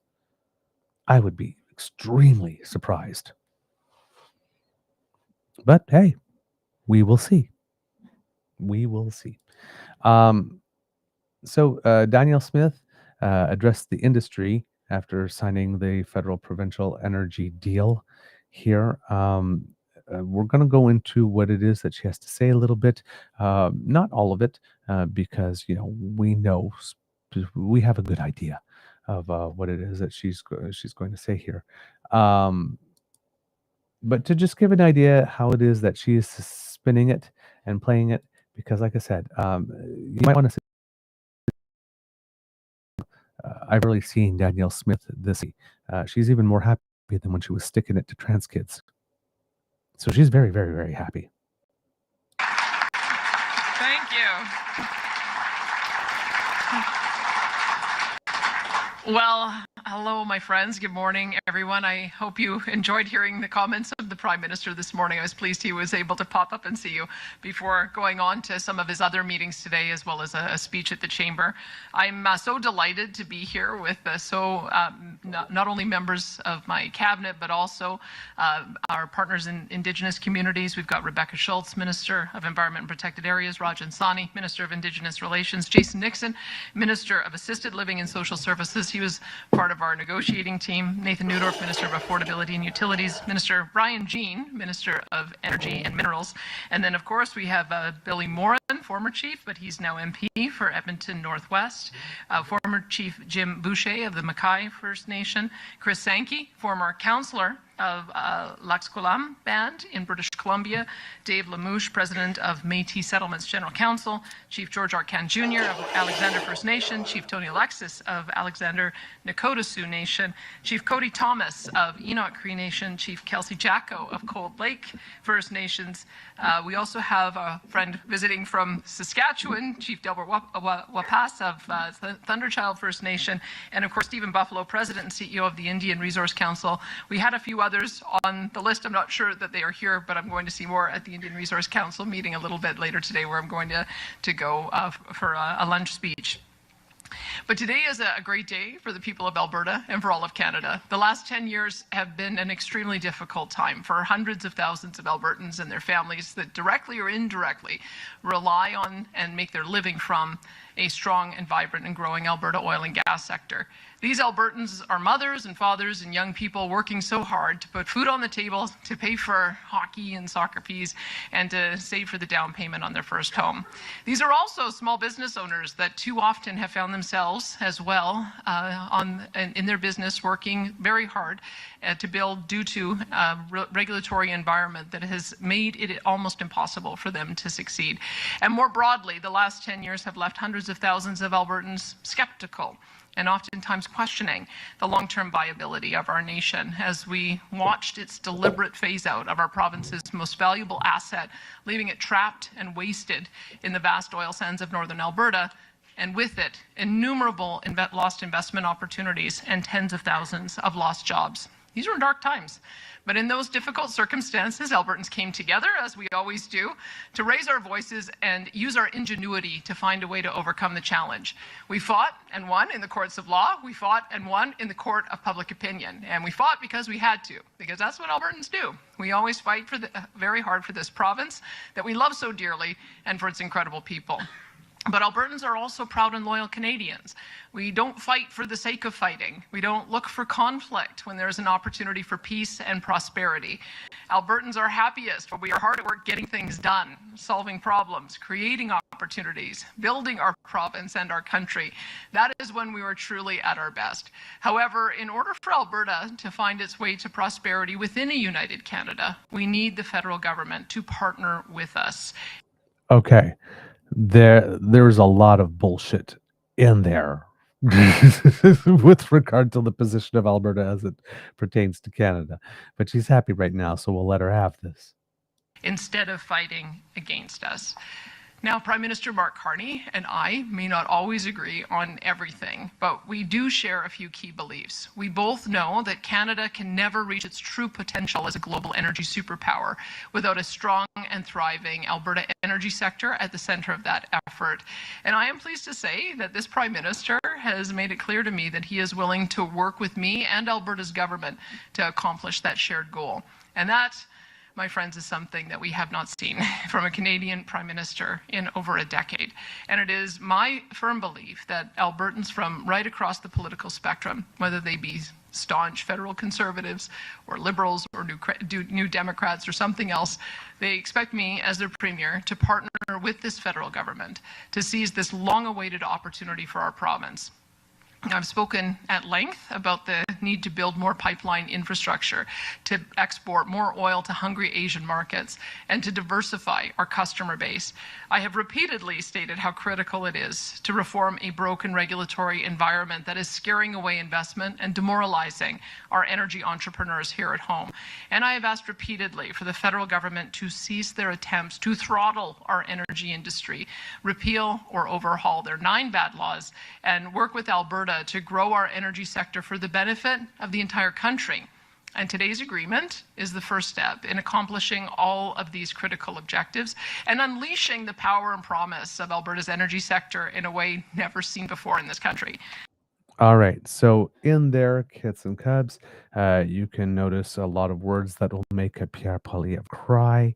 Danielle Smith seeming, oh my God, we haven't been able to achieve this with any prime minister. Now we have one that we can. Oh, gee, Pierre, that must be pretty tough for you.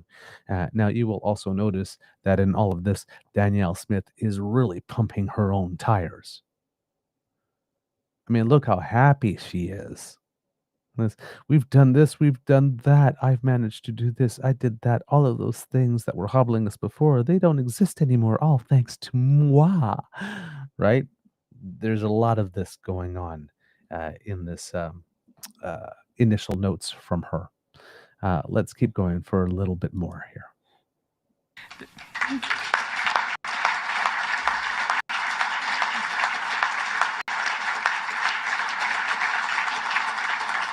This agreement means the end of the punitive oil and gas emissions caps so that our great energy producers can grow and thrive again.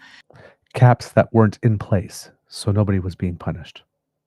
This agreement means the immediate suspension of the federal net zero power regulations in Alberta, which had placed our electrical grid at a very serious risk of failure and limited any hope of substantial investment in AI data centers and applications development.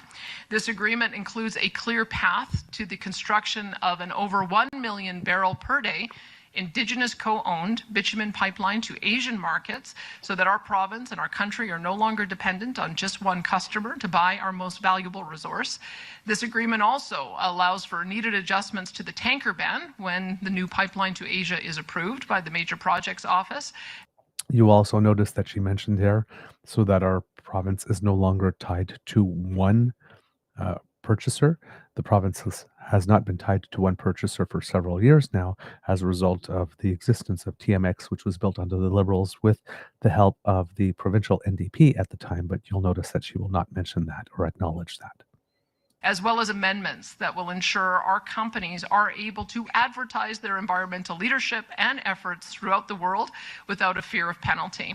And this agreement also means that Alberta will be a world leader in the development and implementation of emissions reduction infrastructure, particularly in carbon capture, utilization, and storage.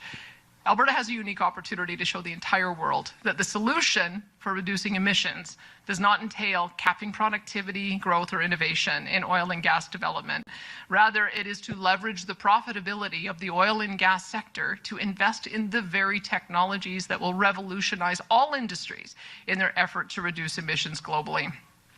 Now, one thing about this deal that does not please me is that since we were throwing a whole bunch of stuff in it to make it larger, I do not understand why it is that the Prime Minister didn't take advantage of this to twist the government of Alberta's arms to make certain oil companies clean up their abandoned and orphaned wells.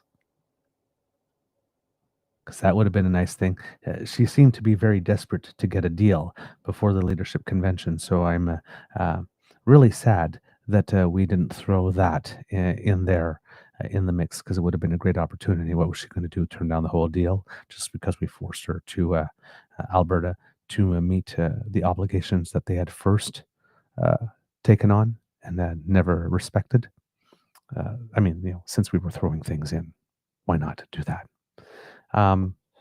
Let's go on. This agreement means Alberta will work with our federal partners and the Pathways companies to commence and complete the world's largest carbon capture, utilization, and storage infrastructure project. It will also make Alberta heavy oil the lowest intensity barrel on the market and displace millions of barrels of heavier emitting fuels around the globe. This is Alberta's moment of opportunity. Our opportunity to show the nation, as well as the entire world, that resource development and emissions reduction can not only coexist, but can actually complement one another for the benefit of billions of people around the world. Alberta is willing to take on and conquer the challenge as partners with the federal government. Now, I need to be clear, the government is just, this agreement with the government is just the first step in this journey. All right. Now, kids and cubs, here comes the poison. Danielle Smith always has a little bit of poison. Now, she's doing the nice, nasty thing here, but take the nice because she's being nice, but hear the nasty undercurrent in what she's going to say next. There is much more hard work to be done. Trust must be built and earned in the partnership as we move through the next steps of this process, whether that be working with the federal government to prepare our bitumen pipeline submission for the Major Projects Office, or putting together the final elements of a carbon pricing agreement that will be implemented through the province's tier program that balances competitiveness with accountability for heavy emitters. And although I am not blind to the fact that the people of Alberta have had the rug pulled out from underneath them too many times to count over the past 10 years, I also know that a new relationship and a new beginning needs a starting point grounded in good faith. And today, I hope, is that new starting point. So I do want to thank the Prime Minister. Now, again, I'm going to laugh here. Danielle Smith talking about good faith and trust needing to be built. Of course, when she's standing behind that podium, she's talking about, when she says trust needing to be built, that all the trust needing to be built has to be Ottawa building it with Alberta, and not that Alberta needs to build any trust with Canada. We all know what type of duplicitous person that she is. Trust is a two-way street. So she's not saying that it's, just Canada, but if you listen to the words, we've had the rug pulled out from us under us so many times, whatnot. She's talking about this trust and this good faith as a one-way street, Canada towards Alberta. But we all know it's a two-way street, and we all know that Alberta, specifically with Conservative governments, are not particularly of good faith in any way, shape, or form. So that's why I'm saying the poison under there. But she seems to be pleased and, ends it with, seeking applause for the Prime Minister. So that's a little bit of Danielle Smith with regard to this and her reaction. There's a lot more. This goes on for close to 35 minutes, and there's a question and answer period here as well. In the question and answer period, however, near the end of it, there is something I did want to show you because um, there's a little bit of a spiking of the football by Danielle Smith near the end. So, as I mentioned at the beginning, she didn't pull a Carolyn Leavitt or Leavitt or however you pronounce her last name, stating that Carney caved or Ottawa caved. But when you get to the end of it, um, you get a little bit of an impression that she did say this and that she is indeed claiming that there has been some caving. And you can hear that in the punditry as well. There's a lot of people claiming that Danielle Smith got everything that she wanted, or pretty much everything that she wanted, without any very firm commitment. I don't think that that's true, that we didn't get some firm commitments, but that we didn't get um, that we didn't get as much from the deal from Alberta as Alberta got from us, and that there is a sense, even. Um, how would you put it? There have been some pundits. I've heard one pundit even ask, if we're looking at this deal and we see that how much Mark Carney was willing to give up to Alberta on this, can we extrapolate from that and consider that this might have been the same way that he was negotiating with President Donald Trump? Um, uh, it's an interesting question. At first blush, my evaluation of that would be that this is not indicative of anything that we would see in terms of his negotiating style with Donald Trump, because if he had, in fact, given Donald Trump pretty much everything that he asked for, except for one or two things, would Donald Trump have walked away from the table? Maybe Donald Trump is a 100% or nothing kind of guy. Um, a bit like Danielle Smith is. But um, I, I would find that hard to believe. There's no vested interest in us giving everything to the United States in order to get a deal that he might not adhere to. There is a vested interest in us, in theory, giving to Danielle Smith everything that she wants, because I would put it, the federal government is the senior partner, not the junior partner here. And again, given that how hard it would be to meet all the, as the Prime Minister said, Prime Minister let go of some things to create necessary conditions for a pipeline to exist, but not sufficient conditions. And the gap from necessary to sufficient conditions are all in Danielle Smith's court to achieve. And if she is not able to do that, as most of us suspect she will not be able to, then there is no pipeline. There just is no pipeline at that point. All right. So that's Danielle Smith. We had the Prime Minister speaking yesterday, and as opposed to Danielle Smith, who had minutes and minutes and minutes and minutes and minutes of stuff to say and gloating and spiking the football and all of that kind of stuff before it is that she started taking questions, you will see here with the Prime Minister that it is very much different. No spiking of the football, no big announcement, pretty quick flow, and right into the actual questions.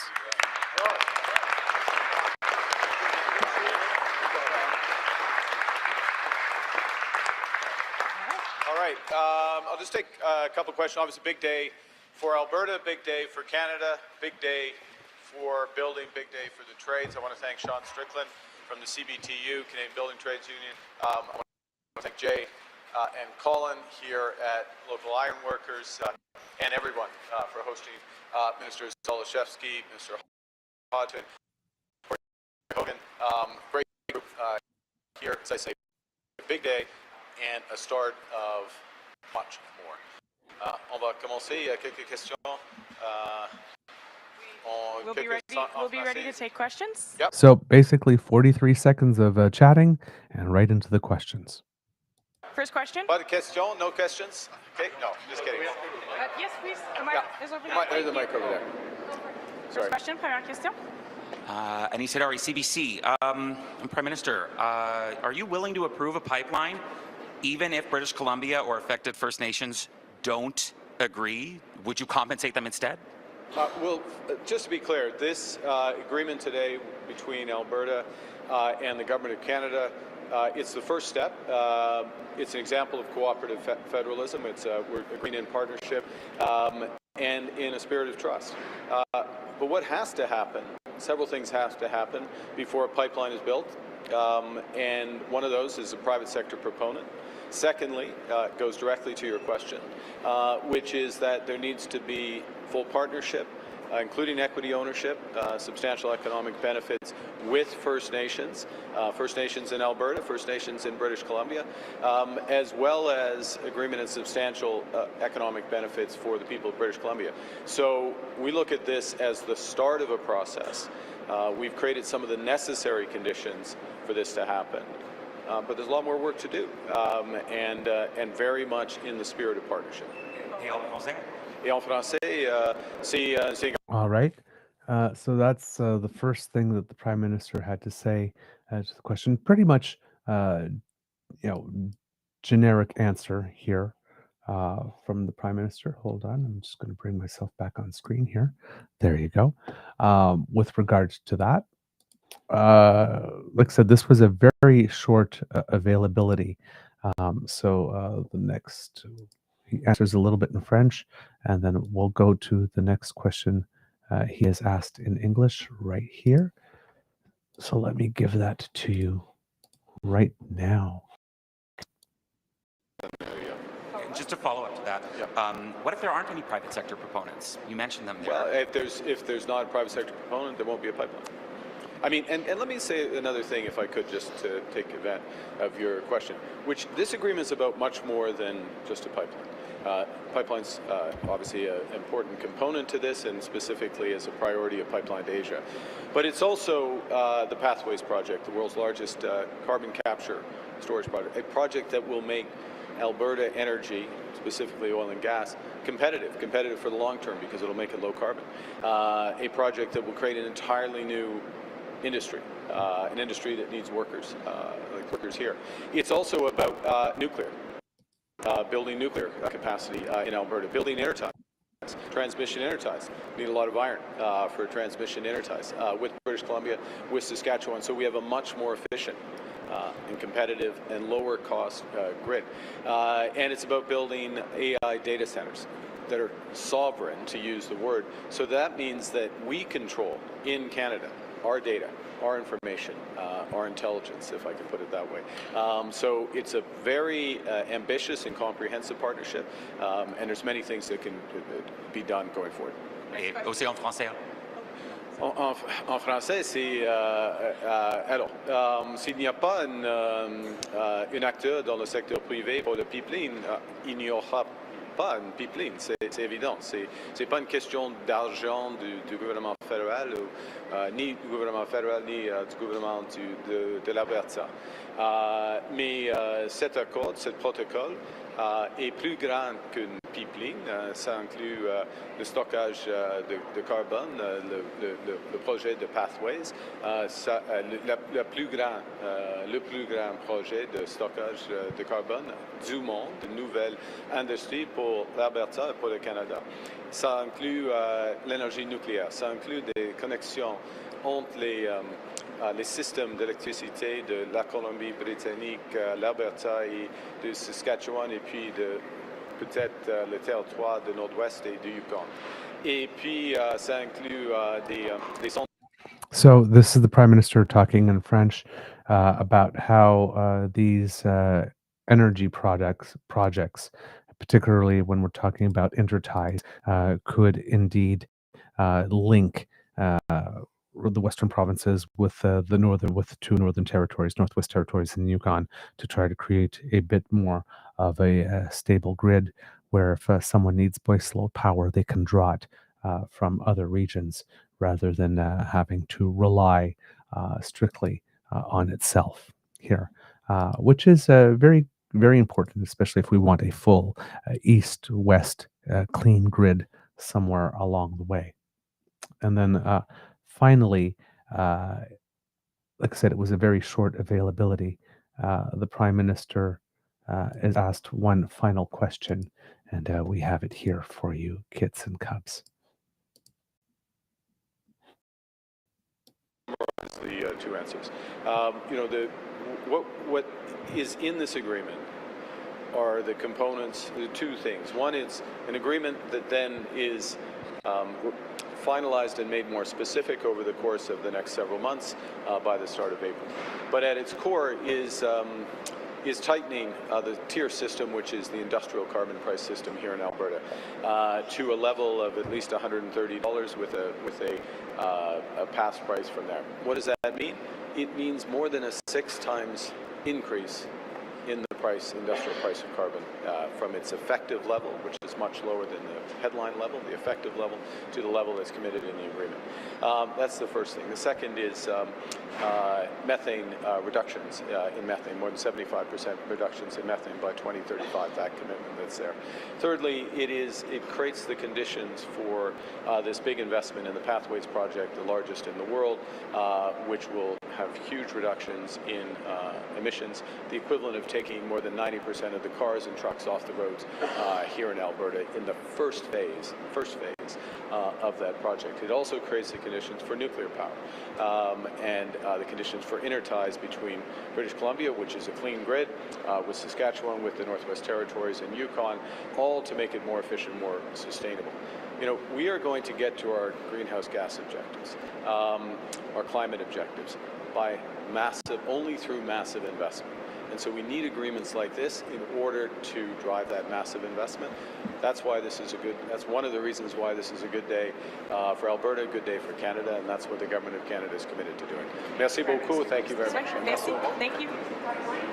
So there you go. A very quick session by the Prime Minister there, answering a few questions, making it very clear, as we stated in our analysis earlier, that this wasn't just about the pipeline that had to do with AI data centers and, you know, carbon capture, utilization, and storage, and of course, strengthening the actual electrical grid within Western Canada. So it has more to do than just with a bitumen pipeline. There's other things thrown into this bill, into this memorandum of understanding, that makes it larger than just the one thing, and makes it such that you have to look at all of these components as a big picture. We have the province of Alberta, who is opposed to pricing, you know, pretty much anything and making industry pay for anything, agreeing to a higher industrial carbon pricing mechanism. This is very strategically the Government of Canada taking advantage of the fact that Alberta was the first to do that in her press conference in the question and answer period. Somewhere along the way, Danielle Smith is asked about certain things, and she brings up Alberta's history in terms of being the first province to have established this type of pricing mechanism. It came into effect in 2007 as being, you know, a sign that they are indeed of good faith when it comes to this type of thing, because they are the source, they are the origin for that, which makes it very clever for the Prime Minister to go to a strategy that the government of Alberta was the one a strategy that had been introduced by the government of Alberta and first brought to the attention of the country through the government of Alberta. Um, so clever because it would be kind of hard for Alberta to how would you put it to oppose something that it had initiated. Right. So you've got this commitment. And again, if we're looking at the Prime Minister playing 3 or 4D chess, that hobbles Pierre Poilievre. Pierre Poilievre, who had been all around the media before the memorandum was even signed, saying, "Now this is just a useless piece of paper that means nothing." Well, you have Danielle Smith, who's extremely happy with it and doesn't think that it means nothing. So Pierre Poilievre is in this really interesting situation where he's trying to criticize Mark Carney as Danielle Smith, the person that hates Liberals more than Pierre in this country, all of a sudden seems to have some affection for them. There's a dissonance in the message coming from the conservative camp, the overall Canadian conservative movement. Meanwhile, you have Danielle Smith being criticized by the hardcore people on the right that she didn't demand or get enough because she has agreed to higher industrial carbon pricing and to keep that rather than scrapping it. Right? So everybody is getting some criticism here. Right? It's not just the Prime Minister. The criticism for the Prime Minister is the loudest, obviously, particularly because he had a cabinet minister resign from cabinet, and there's been no equivalent thing in Alberta. But both of them are being torn to shreds by a section of the base, and both of them are being lauded by a section of their base. So it's not a it's impossible to look at this as a who's net winning and who's net losing based on what has been said to date, because both of them have had their fair share of positive and negative. Now, I'm going to go to the last bit of that answer from Danielle Smith because I was starting to set it up, and then I switched to Mark Carney, and I went off on a tangent and forgot to bring it to you. But this is Danielle Smith from her press conference answering a question near the end of it,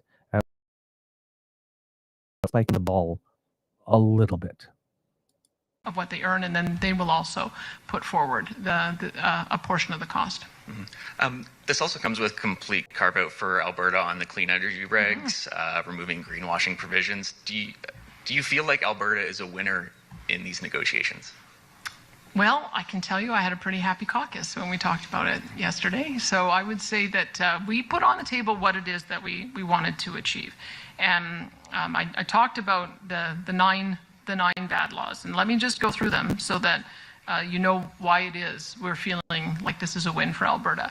First of all, one of the things I wanted was no export taxes or restrictions on Alberta oil and gas. Well, we got that. A complete redo of C69. Well, not only are we going to get that through the Major Projects Office, but we have an agreement that intra-provincial projects are going to be approved by us. And there's going to be a rewrite of that bill. Emissions cap, gone. Carbon pricing stays provincial. We've got that. The clean electricity regulation scrap, we got that. Tanker ban carve out, we got that. The censorship of energy, we got that. That's 7 out of 9. That's not so bad. We're gonna win them in court on the declaration of plastics as toxic. We already won round 1, so we're gonna keep on going so that we win that one too. And they have realized that their net zero cars are not going to work. They've already done a 1-year reprieve on that, and I suspect that's going to also have to be significantly modified or gone. So as you can see, these are the things I put on the table and have for years. And we finally have a partner in Ottawa that has recognized that the policies are unworkable, impractical, damaging to Canada, damaging to Alberta. And I think this agreement is the first step in being able to correct 10 bad laws, or 9 bad laws over 10, I think, years where our economy was depressed. And it allows for us to make sure that we don't have a repeat over the next 10 years.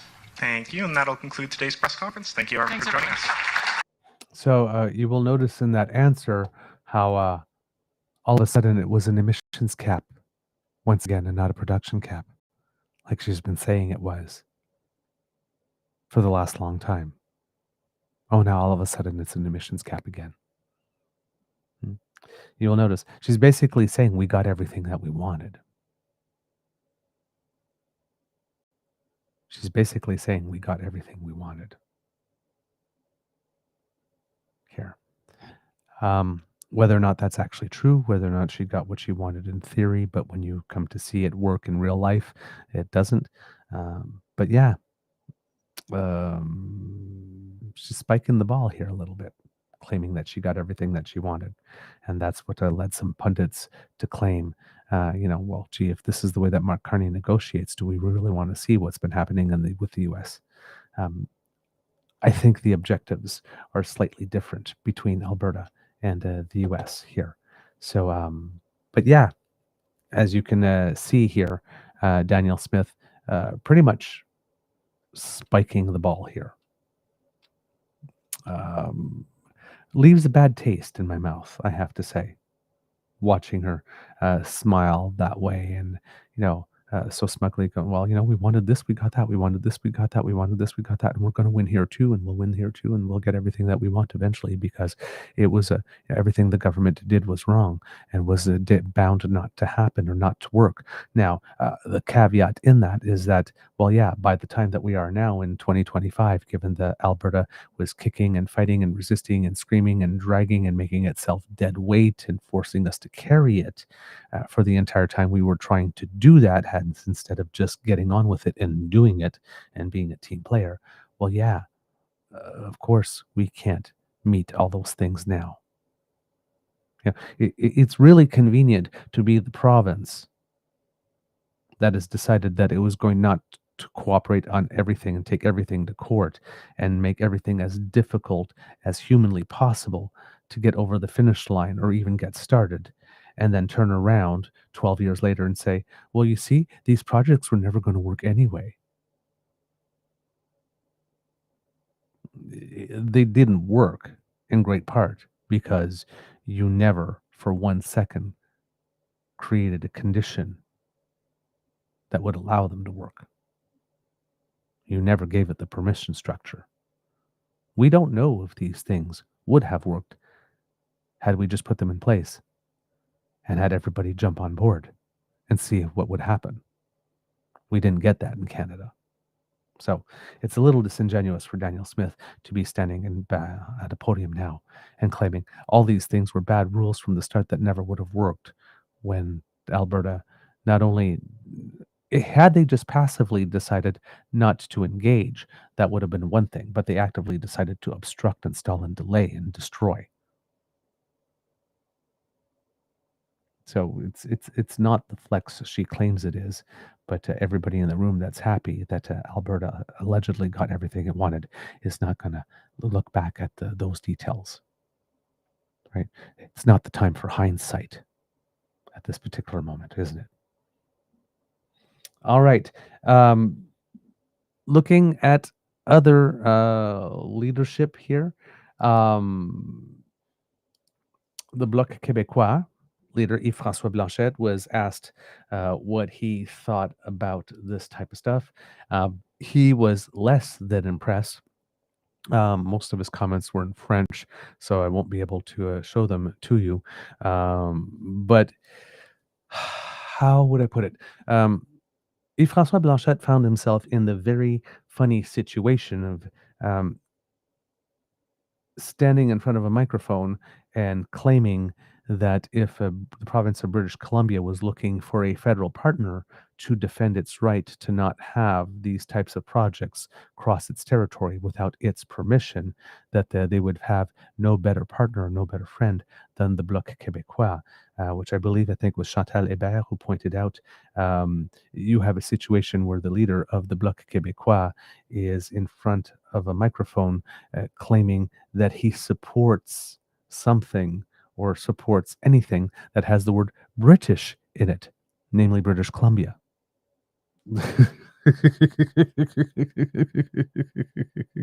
Yeah, bit of an ironic situation, but you can see the position of Quebec, because Quebec is sitting there going, well, hey, if the federal government, because it's a pipeline that crosses to a provincial boundary, has full authority to decide whether or not it's going to happen or not, and has the legal means to make sure that it can cross a province's territory without its consent, thanks to C5, then if they are doing that for this pipeline to West Coast Tidewater, what stops the federal government from then imposing an east-west pipeline going through Quebec? What stops them from reviving Energy East and making it happen and saying, it's a project of national importance and we're invoking C5 and we don't care what you have to say, it's going across your territory. So even though Yves-François Blanchet is in the funny situation of sit there and going, hey, other parts of Canada, Quebec will defend you, even parts of Canada that have British in their title, we will defend you. We will protect you if you need our help. We will be there in this fight for you.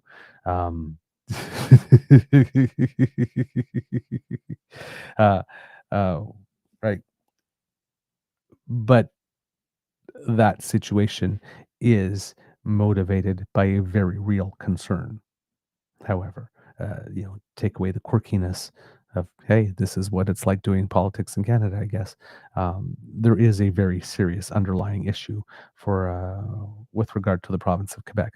Now, Premier Legault and Mr. Blanchet are somewhat at odds. Premier Legault has made some comments on the record stating that in his opinion, social license or political buy-in in Quebec for a pipeline maybe going east-west has changed a little bit since Donald Trump has been doing what he has been doing, and that there might be more openness to it. Yves-François Blanchet is pretty much staunch environmentalist, not at all having it in any way, shape, or form. So yeah, that was basically the position of the Bloc Québécois here. Total terrible idea, terrible project. Can't believe that the federal government is going to force this through and impose this on a province against its will. It's going to impose this on First Nations against its will. Very interesting to see the Bloc Québécois standing up for First Nations as well. Not particularly their strong suit historically. And the Indigenous movement and the separatist movement in Quebec, typically not two movements that get along. Recently, the other day, the leader of the PQ, Paul Saint-Pierre Plamondon, was saying that he wants Anglo-Quebecers to believe that they could be 100% Quebecers, and I'm not seeing in what reality an Anglophone Quebecer would believe that, considering what the government of Quebec recently just did to the 3 English language universities within the province. Right? Or made it nearly impossible for Anglophone Quebecers who are new to the province to get any type of services in French after 3 or 6 months. Right?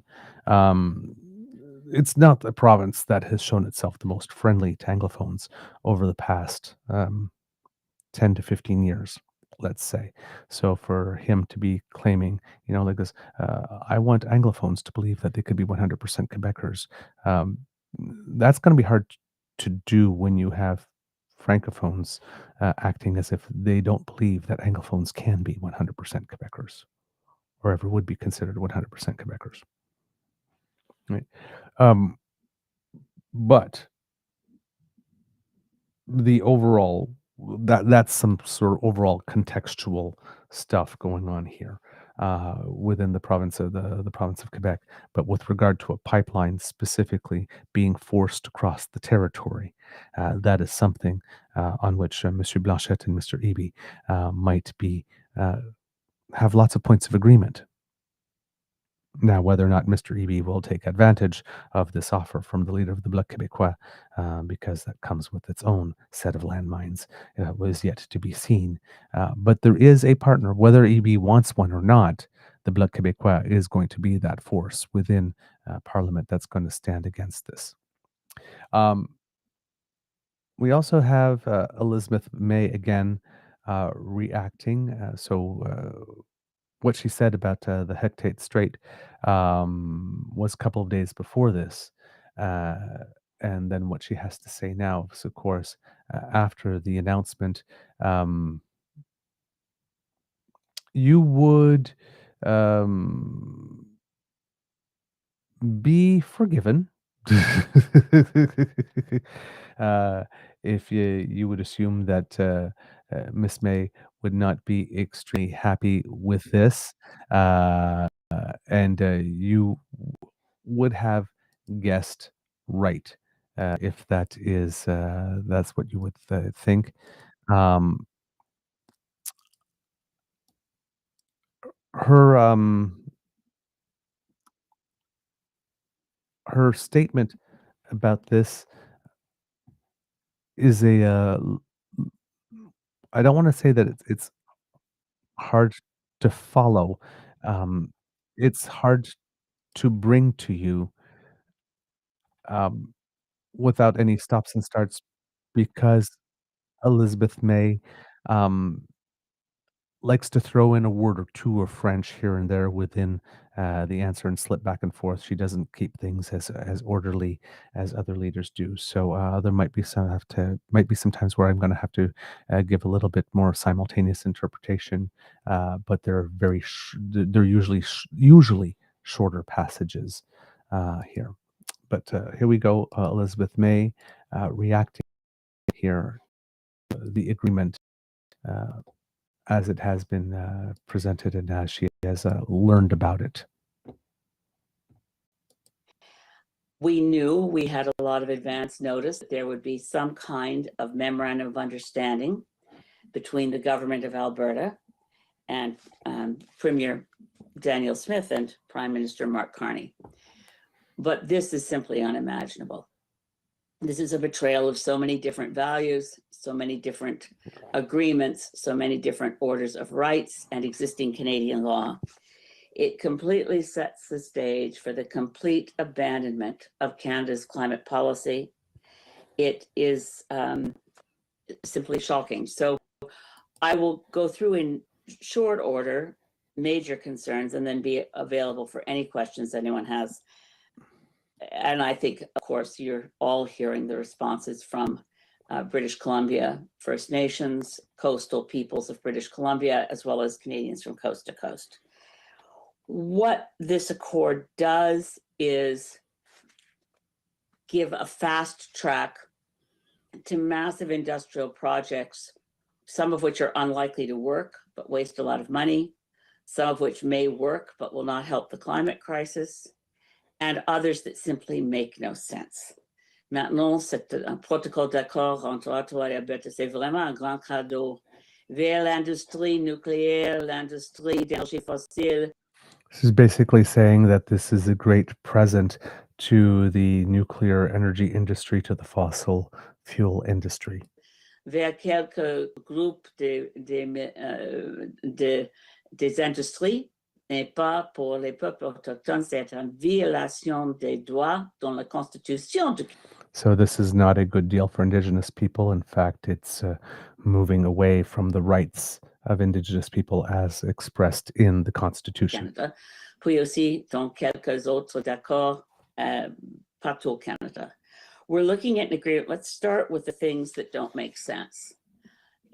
Just on November 17th, the Prime Minister confirmed in the House of Commons, in response to my question, not just to me, but to all Canadians, a commitment to the Paris Agreement to stay as far below 2 degrees Celsius as possible.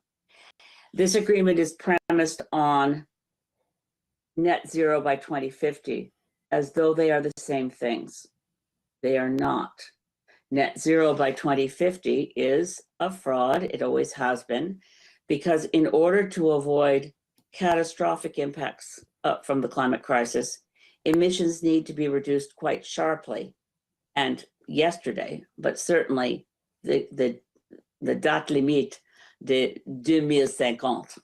C'est pas acceptable parce que c'est dans l'avenir est très loin.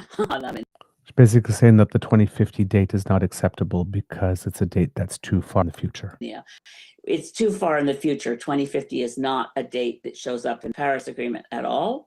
We are committed as a country to 40 to 45% reductions below 2005 levels by 2035.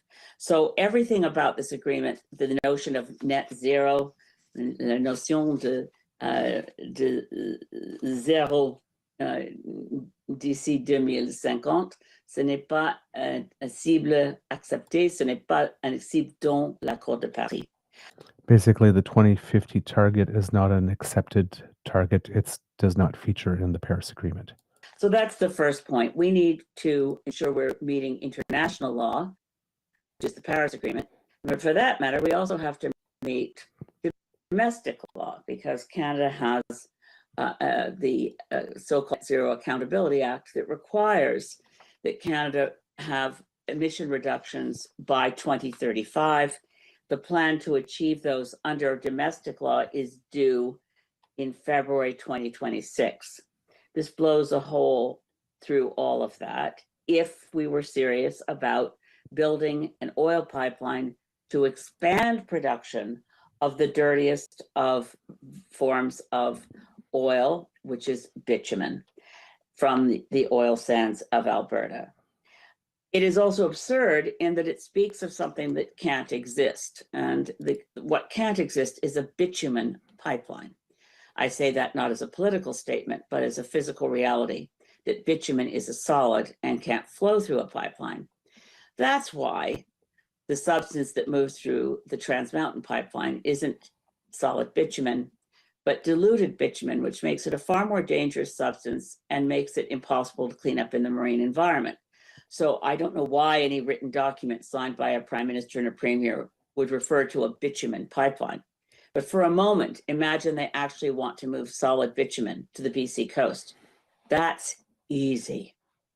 The infrastructure exists now. If you want to move bitumen as a solid, like a lump of tar, which is what it is, you put it on a train where it's completely safe. It's not like back in Shell that blew up in Lac Mégantic. Put it on a train or a truck, ship it to a container ship. It doesn't pose a risk because bitumen can neither catch fire nor spill.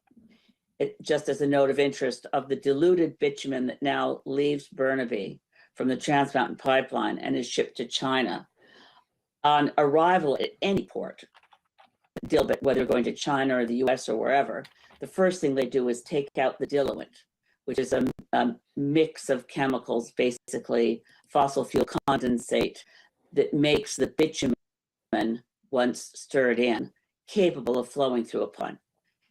At any place of destination, they take out the diluent because it's not a product upgrade. It's only there to get the solid bitumen to flow through a pipeline. So about a third of the bitumen from Alberta that now reaches China is used to pave roads because it is essentially tar. It's not essentially crude oil until it is upgraded and then goes through a refinery to become a fossil fuel product like gasoline. Just to make these points, because I wonder how they could decide that they want to call it a bitumen pipeline. If it's a pipeline, it's a dilbit pipeline. And dilbit is inherently more dangerous in transit. And if it spills, it is literally impossible to clean up in the marine environment.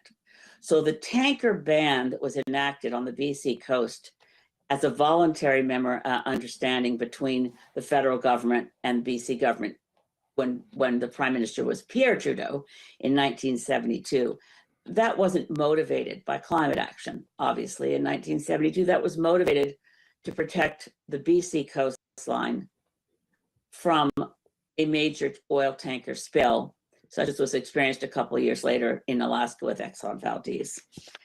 This is a nonsense. It is also a nonsense to say that the Pathways project, once completed, will be successful in containing carbon dioxide and sequestering it from the environment.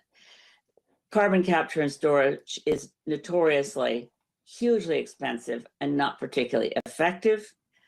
On top of that technology, they're betting on a technology that is both expensive and not particularly effective. They've also put real push behind the idea that Alberta is going to go nuclear. And they've also, of course, in assuming that they can go across BC with a dilbit pipeline against the wishes of the people of British Columbia and against the rights of title holders, First Nations, whose rights are entrenched in Section 35 of our Constitution, as well as in Canada's acceding to the United Nations Declaration of the Rights of Indigenous Peoples.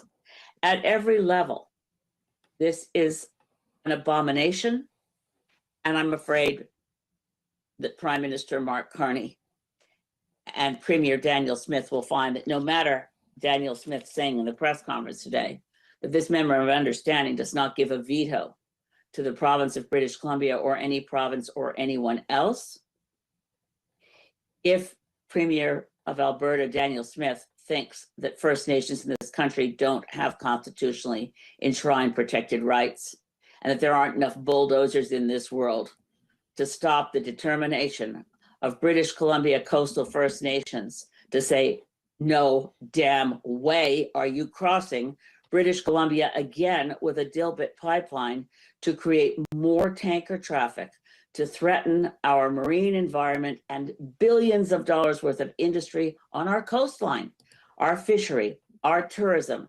But beside putting dollar signs on it, our rights and the rights of our children and grandchildren to have an existence in a planet that's habitable without a vast increase, not only in fossil fuel production, but fossil fuel burning, and a threat to the future of human civilization.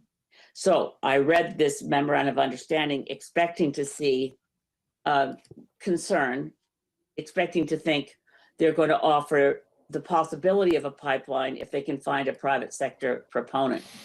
But there's far more in here that is stated as the federal government will ensure Alberta can do the following things. And we have to make it very, very clear. Green Party will make it clear. The British Columbia Green Party has already made it clear, as have the First Nations. I saw the statement of Hereditary Chief of the Haida Nation, Gujau. If the BC government and the federal government of Canada think that this is a doable thing, they are wrong, misinformed, and it's a nonsense to imagine that untested, expensive technologies like carbon capture and storage are going to make it possible to build a pipeline loaded with diluted bitumen. As I said, no objections from me, load it on a train, ship it to the Port of Vancouver, stick bitumen in container ships, and send it wherever you want. But don't you dare think you're going to put a pipeline loaded with diluted bitumen across the BC coast and increase the number of tankers on our coastlines. I call on all British Columbia MPs, particularly coastal MPs, particularly Liberals who never ran on this. Stand up now and protect British Columbia, protect First Nations rights, show some solidarity, show some backbone. Je suis disponible pour les questions en anglais ou en français. So there you go.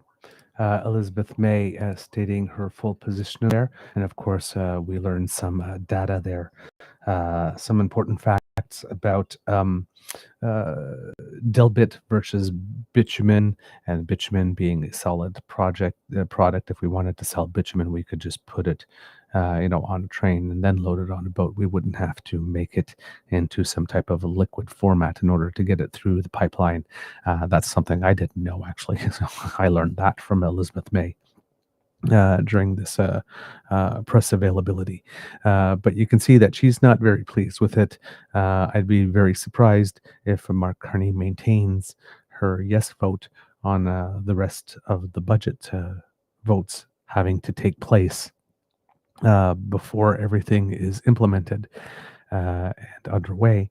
But yeah, clearly Elizabeth May is less than impressed with what has been going on.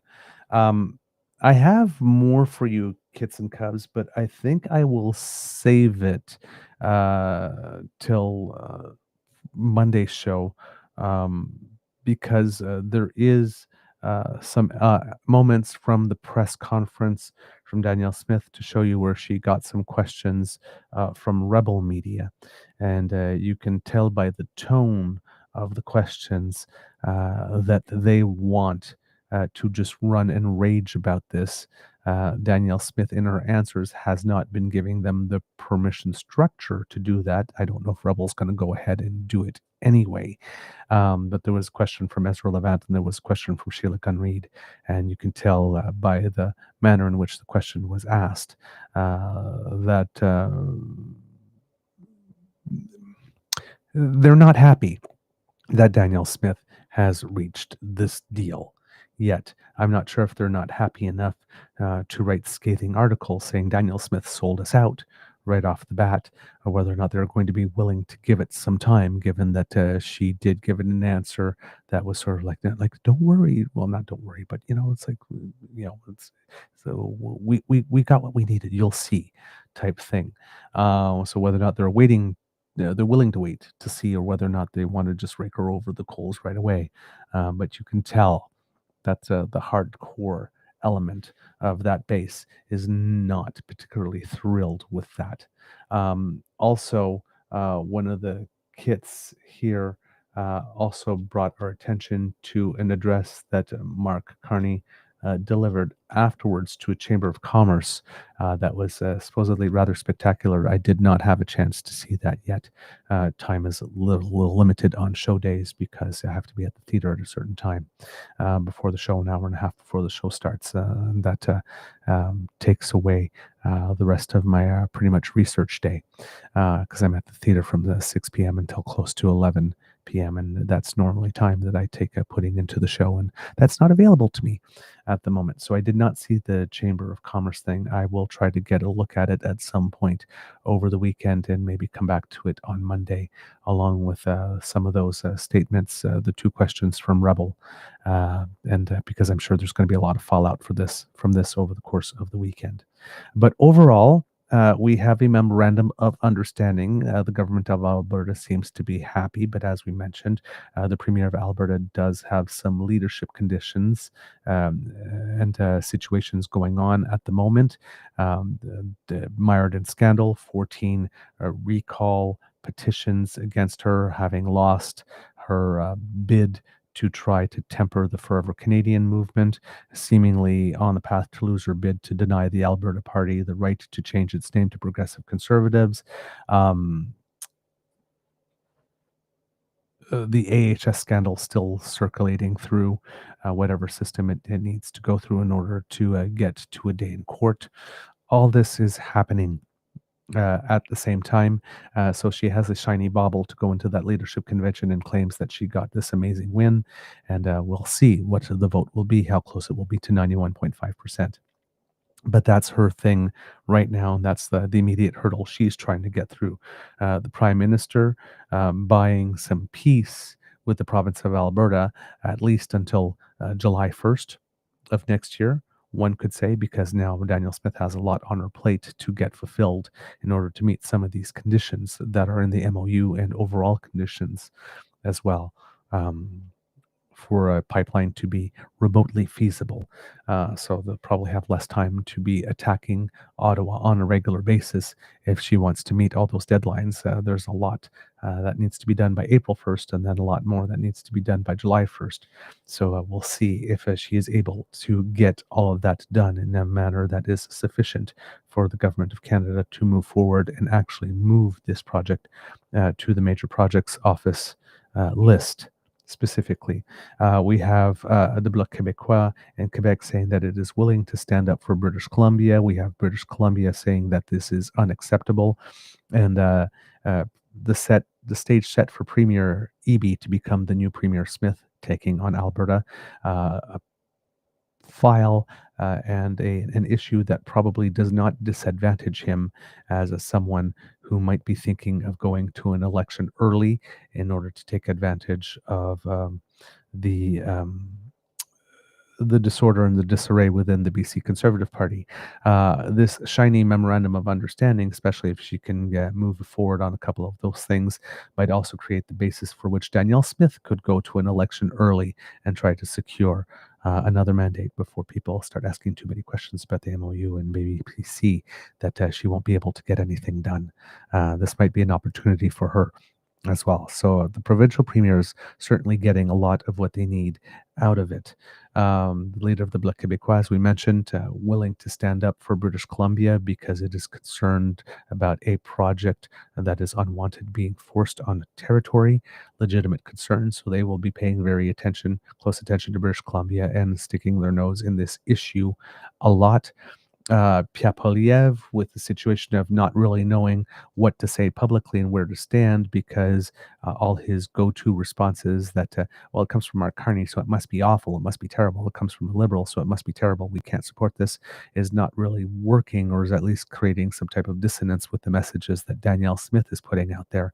So there's not a nice, clean message for him to run with that doesn't cause a journalist to turn around and say, yeah, but other people in your movement like it, so why don't you?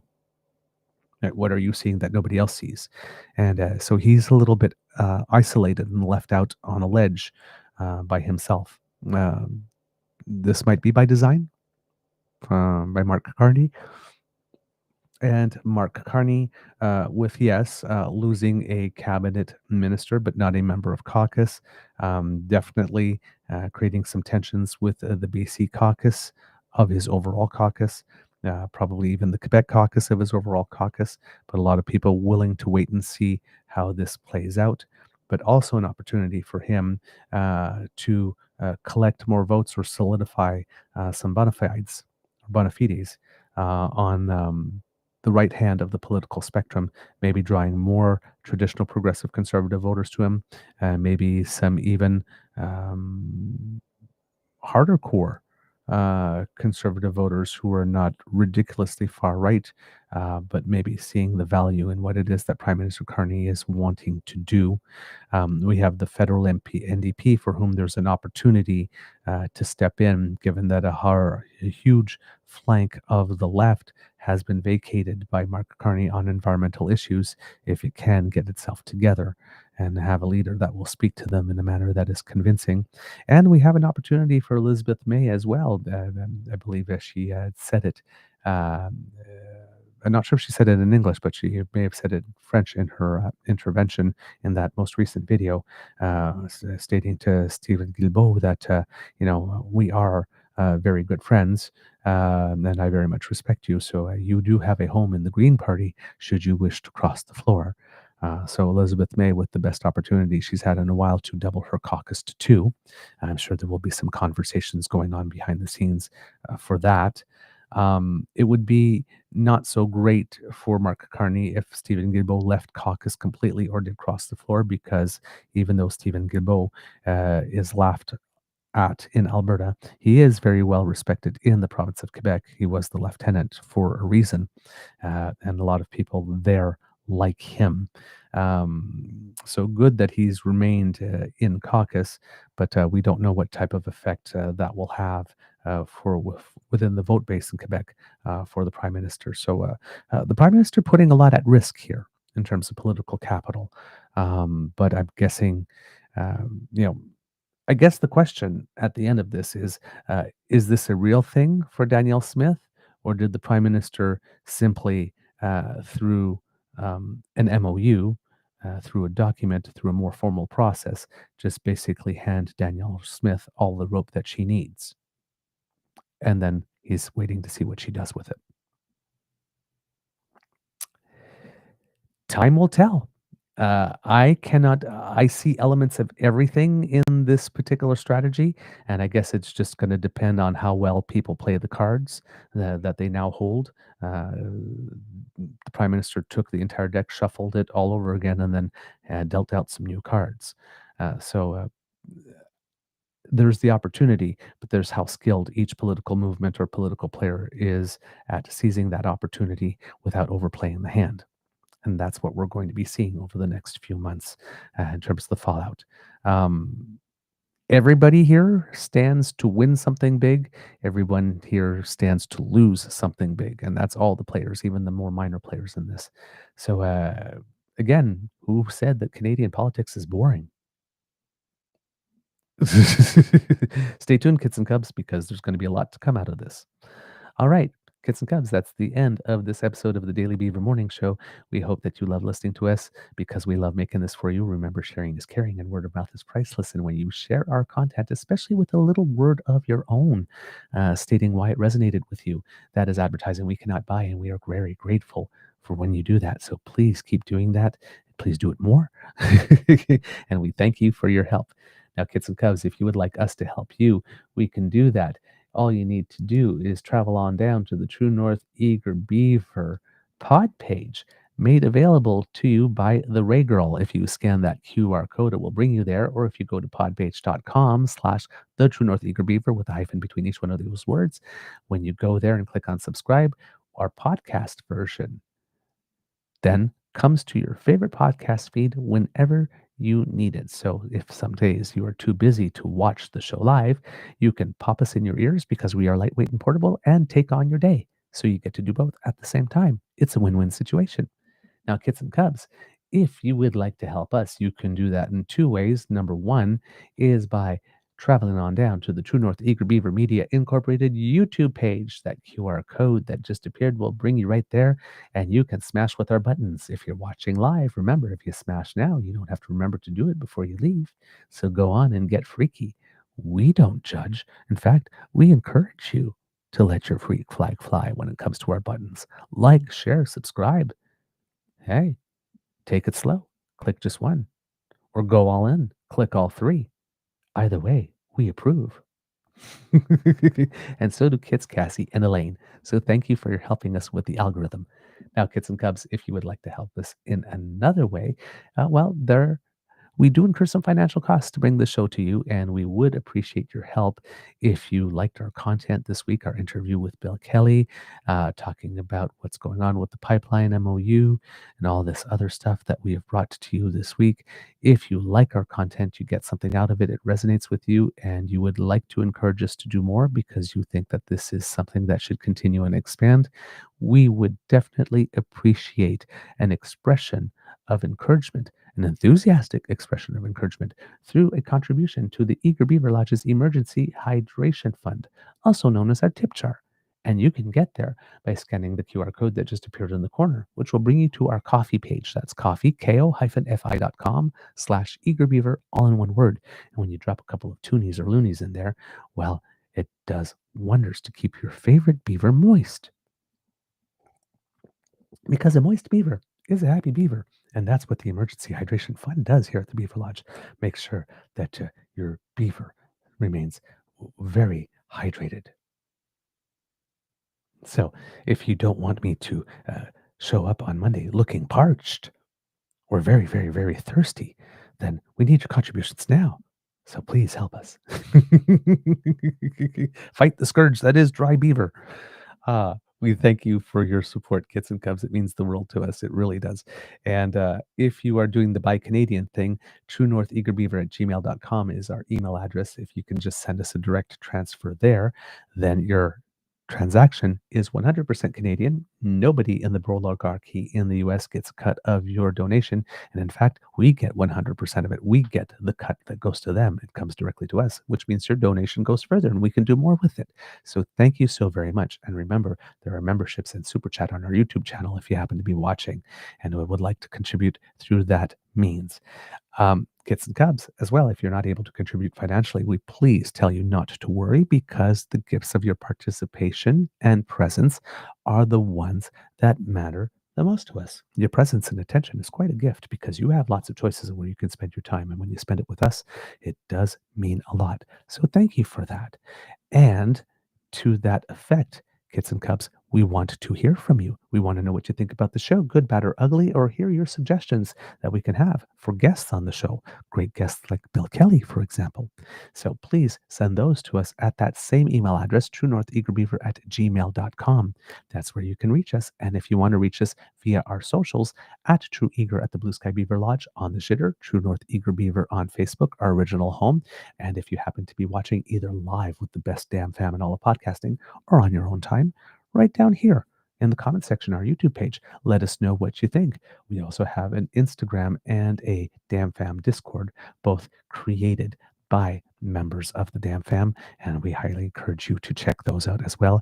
Thank you for helping us to get the word out. It really, again, I keep on saying it means the world to us because we can't buy that, and we certainly don't have the time to do all of that ourselves. So any help that we can get from our audience, we definitely appreciate. You are wonderful. We love you, and thank you for all of your efforts. We see you putting out that effort, and again, it just makes us, it delights us to no end. Because democracy is something that you do, kids and cubs. Well, petition.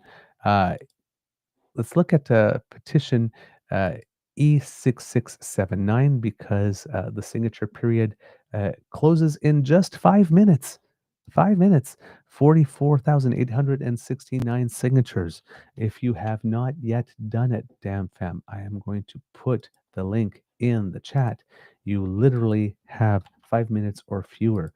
Just click on that, press pause on this, click on the link, fill out everything, and then come back to us because you literally have fewer than 5 minutes.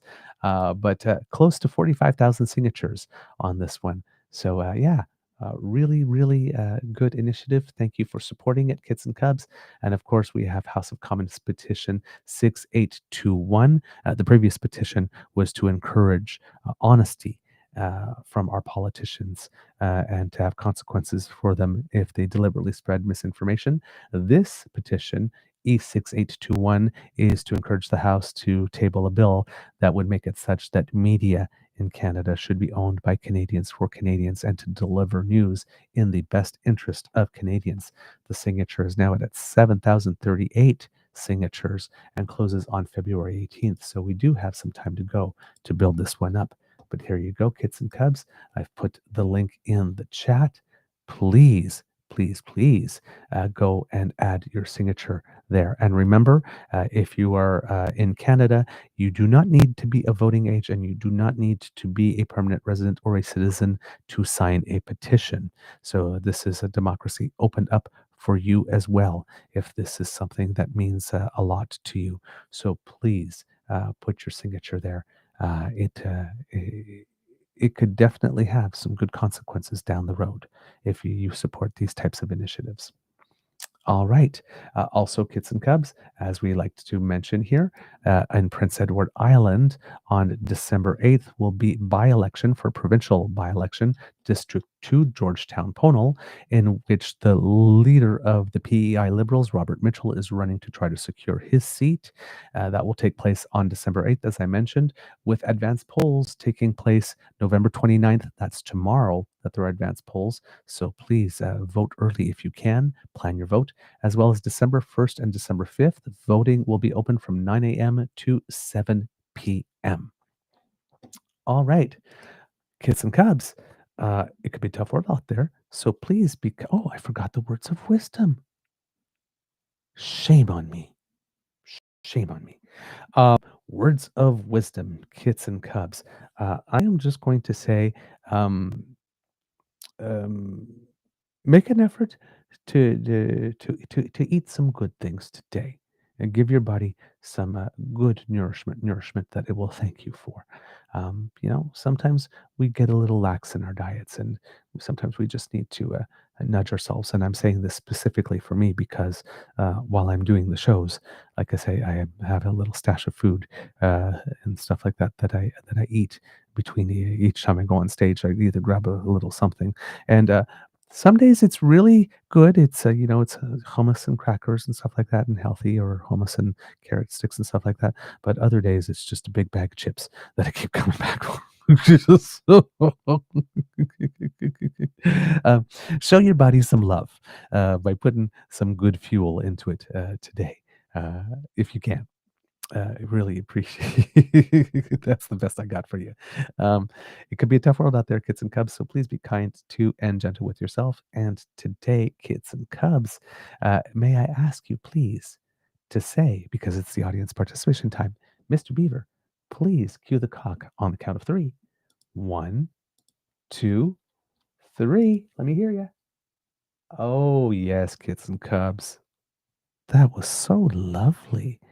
I just have to serve when you ask so nicely.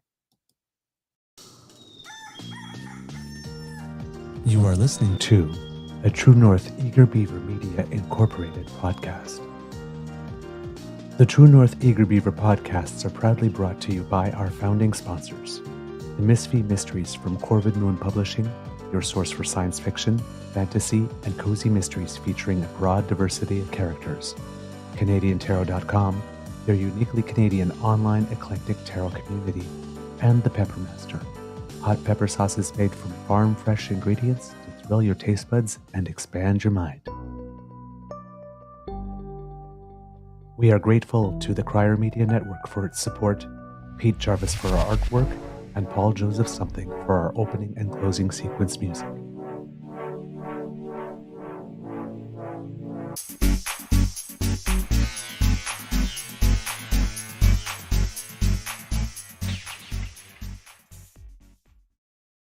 All right, kids and cubs, just some quick news of Canadians who make us proud. As you know, I'm a curler. The Canadian curling trials are on to determine which teams will represent Canada at the Olympics in Milano-Cortina, and we are down to the final two teams.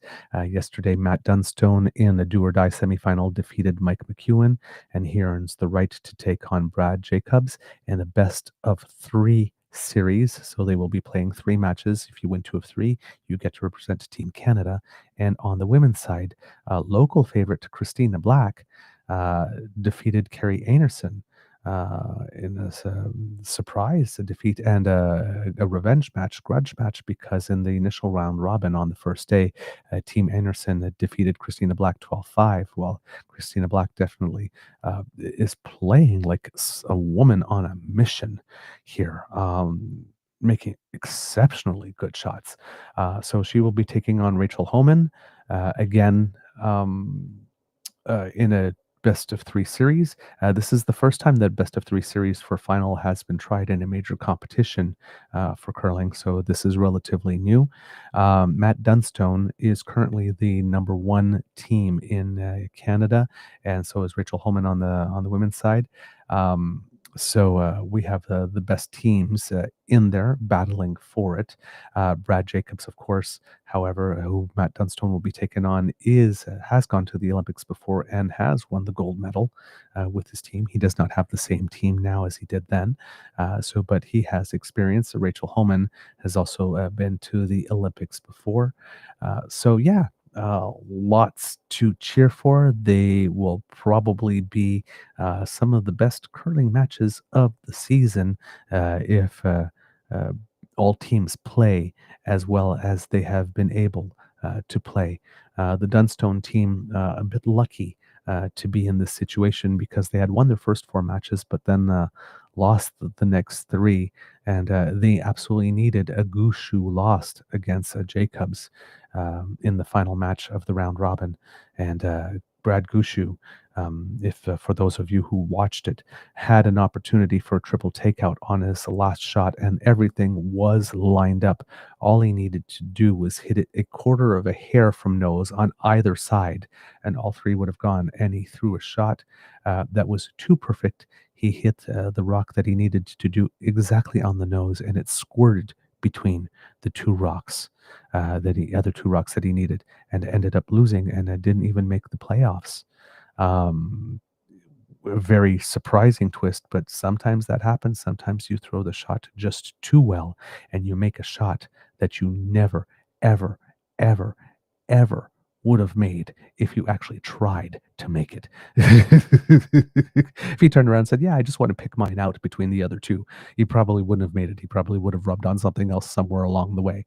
But he didn't want to do it, and he made the shot too well and eliminated himself. It was a very dramatic moment. But that's who we have. So Homan versus Black, and no Anerson in the final, and Dunstone versus Jacobs, no Gushu in the final. So some surprising results, but definitely some good curling in store. So please, if you have the time to watch it, do. I believe that the first match of the women's final takes place today at noon, and the men's final will take place at 6 p.m. tonight. That's all I got for you, kits and cubs. Amour et bisous, hugs and kisses, and we will see you on Monday, if not earlier. I think Mr. Grizzly is going to do his usual Friday night pop-in, and if he does, I will try to see if I can join in and wave hello for a couple of minutes while I'm getting into makeup, because I love my damn fam time. And with that, I am gone. Stay wonderful, stay beautiful, stay beaverific, and I will see you again on Monday. Au revoir et à bientôt.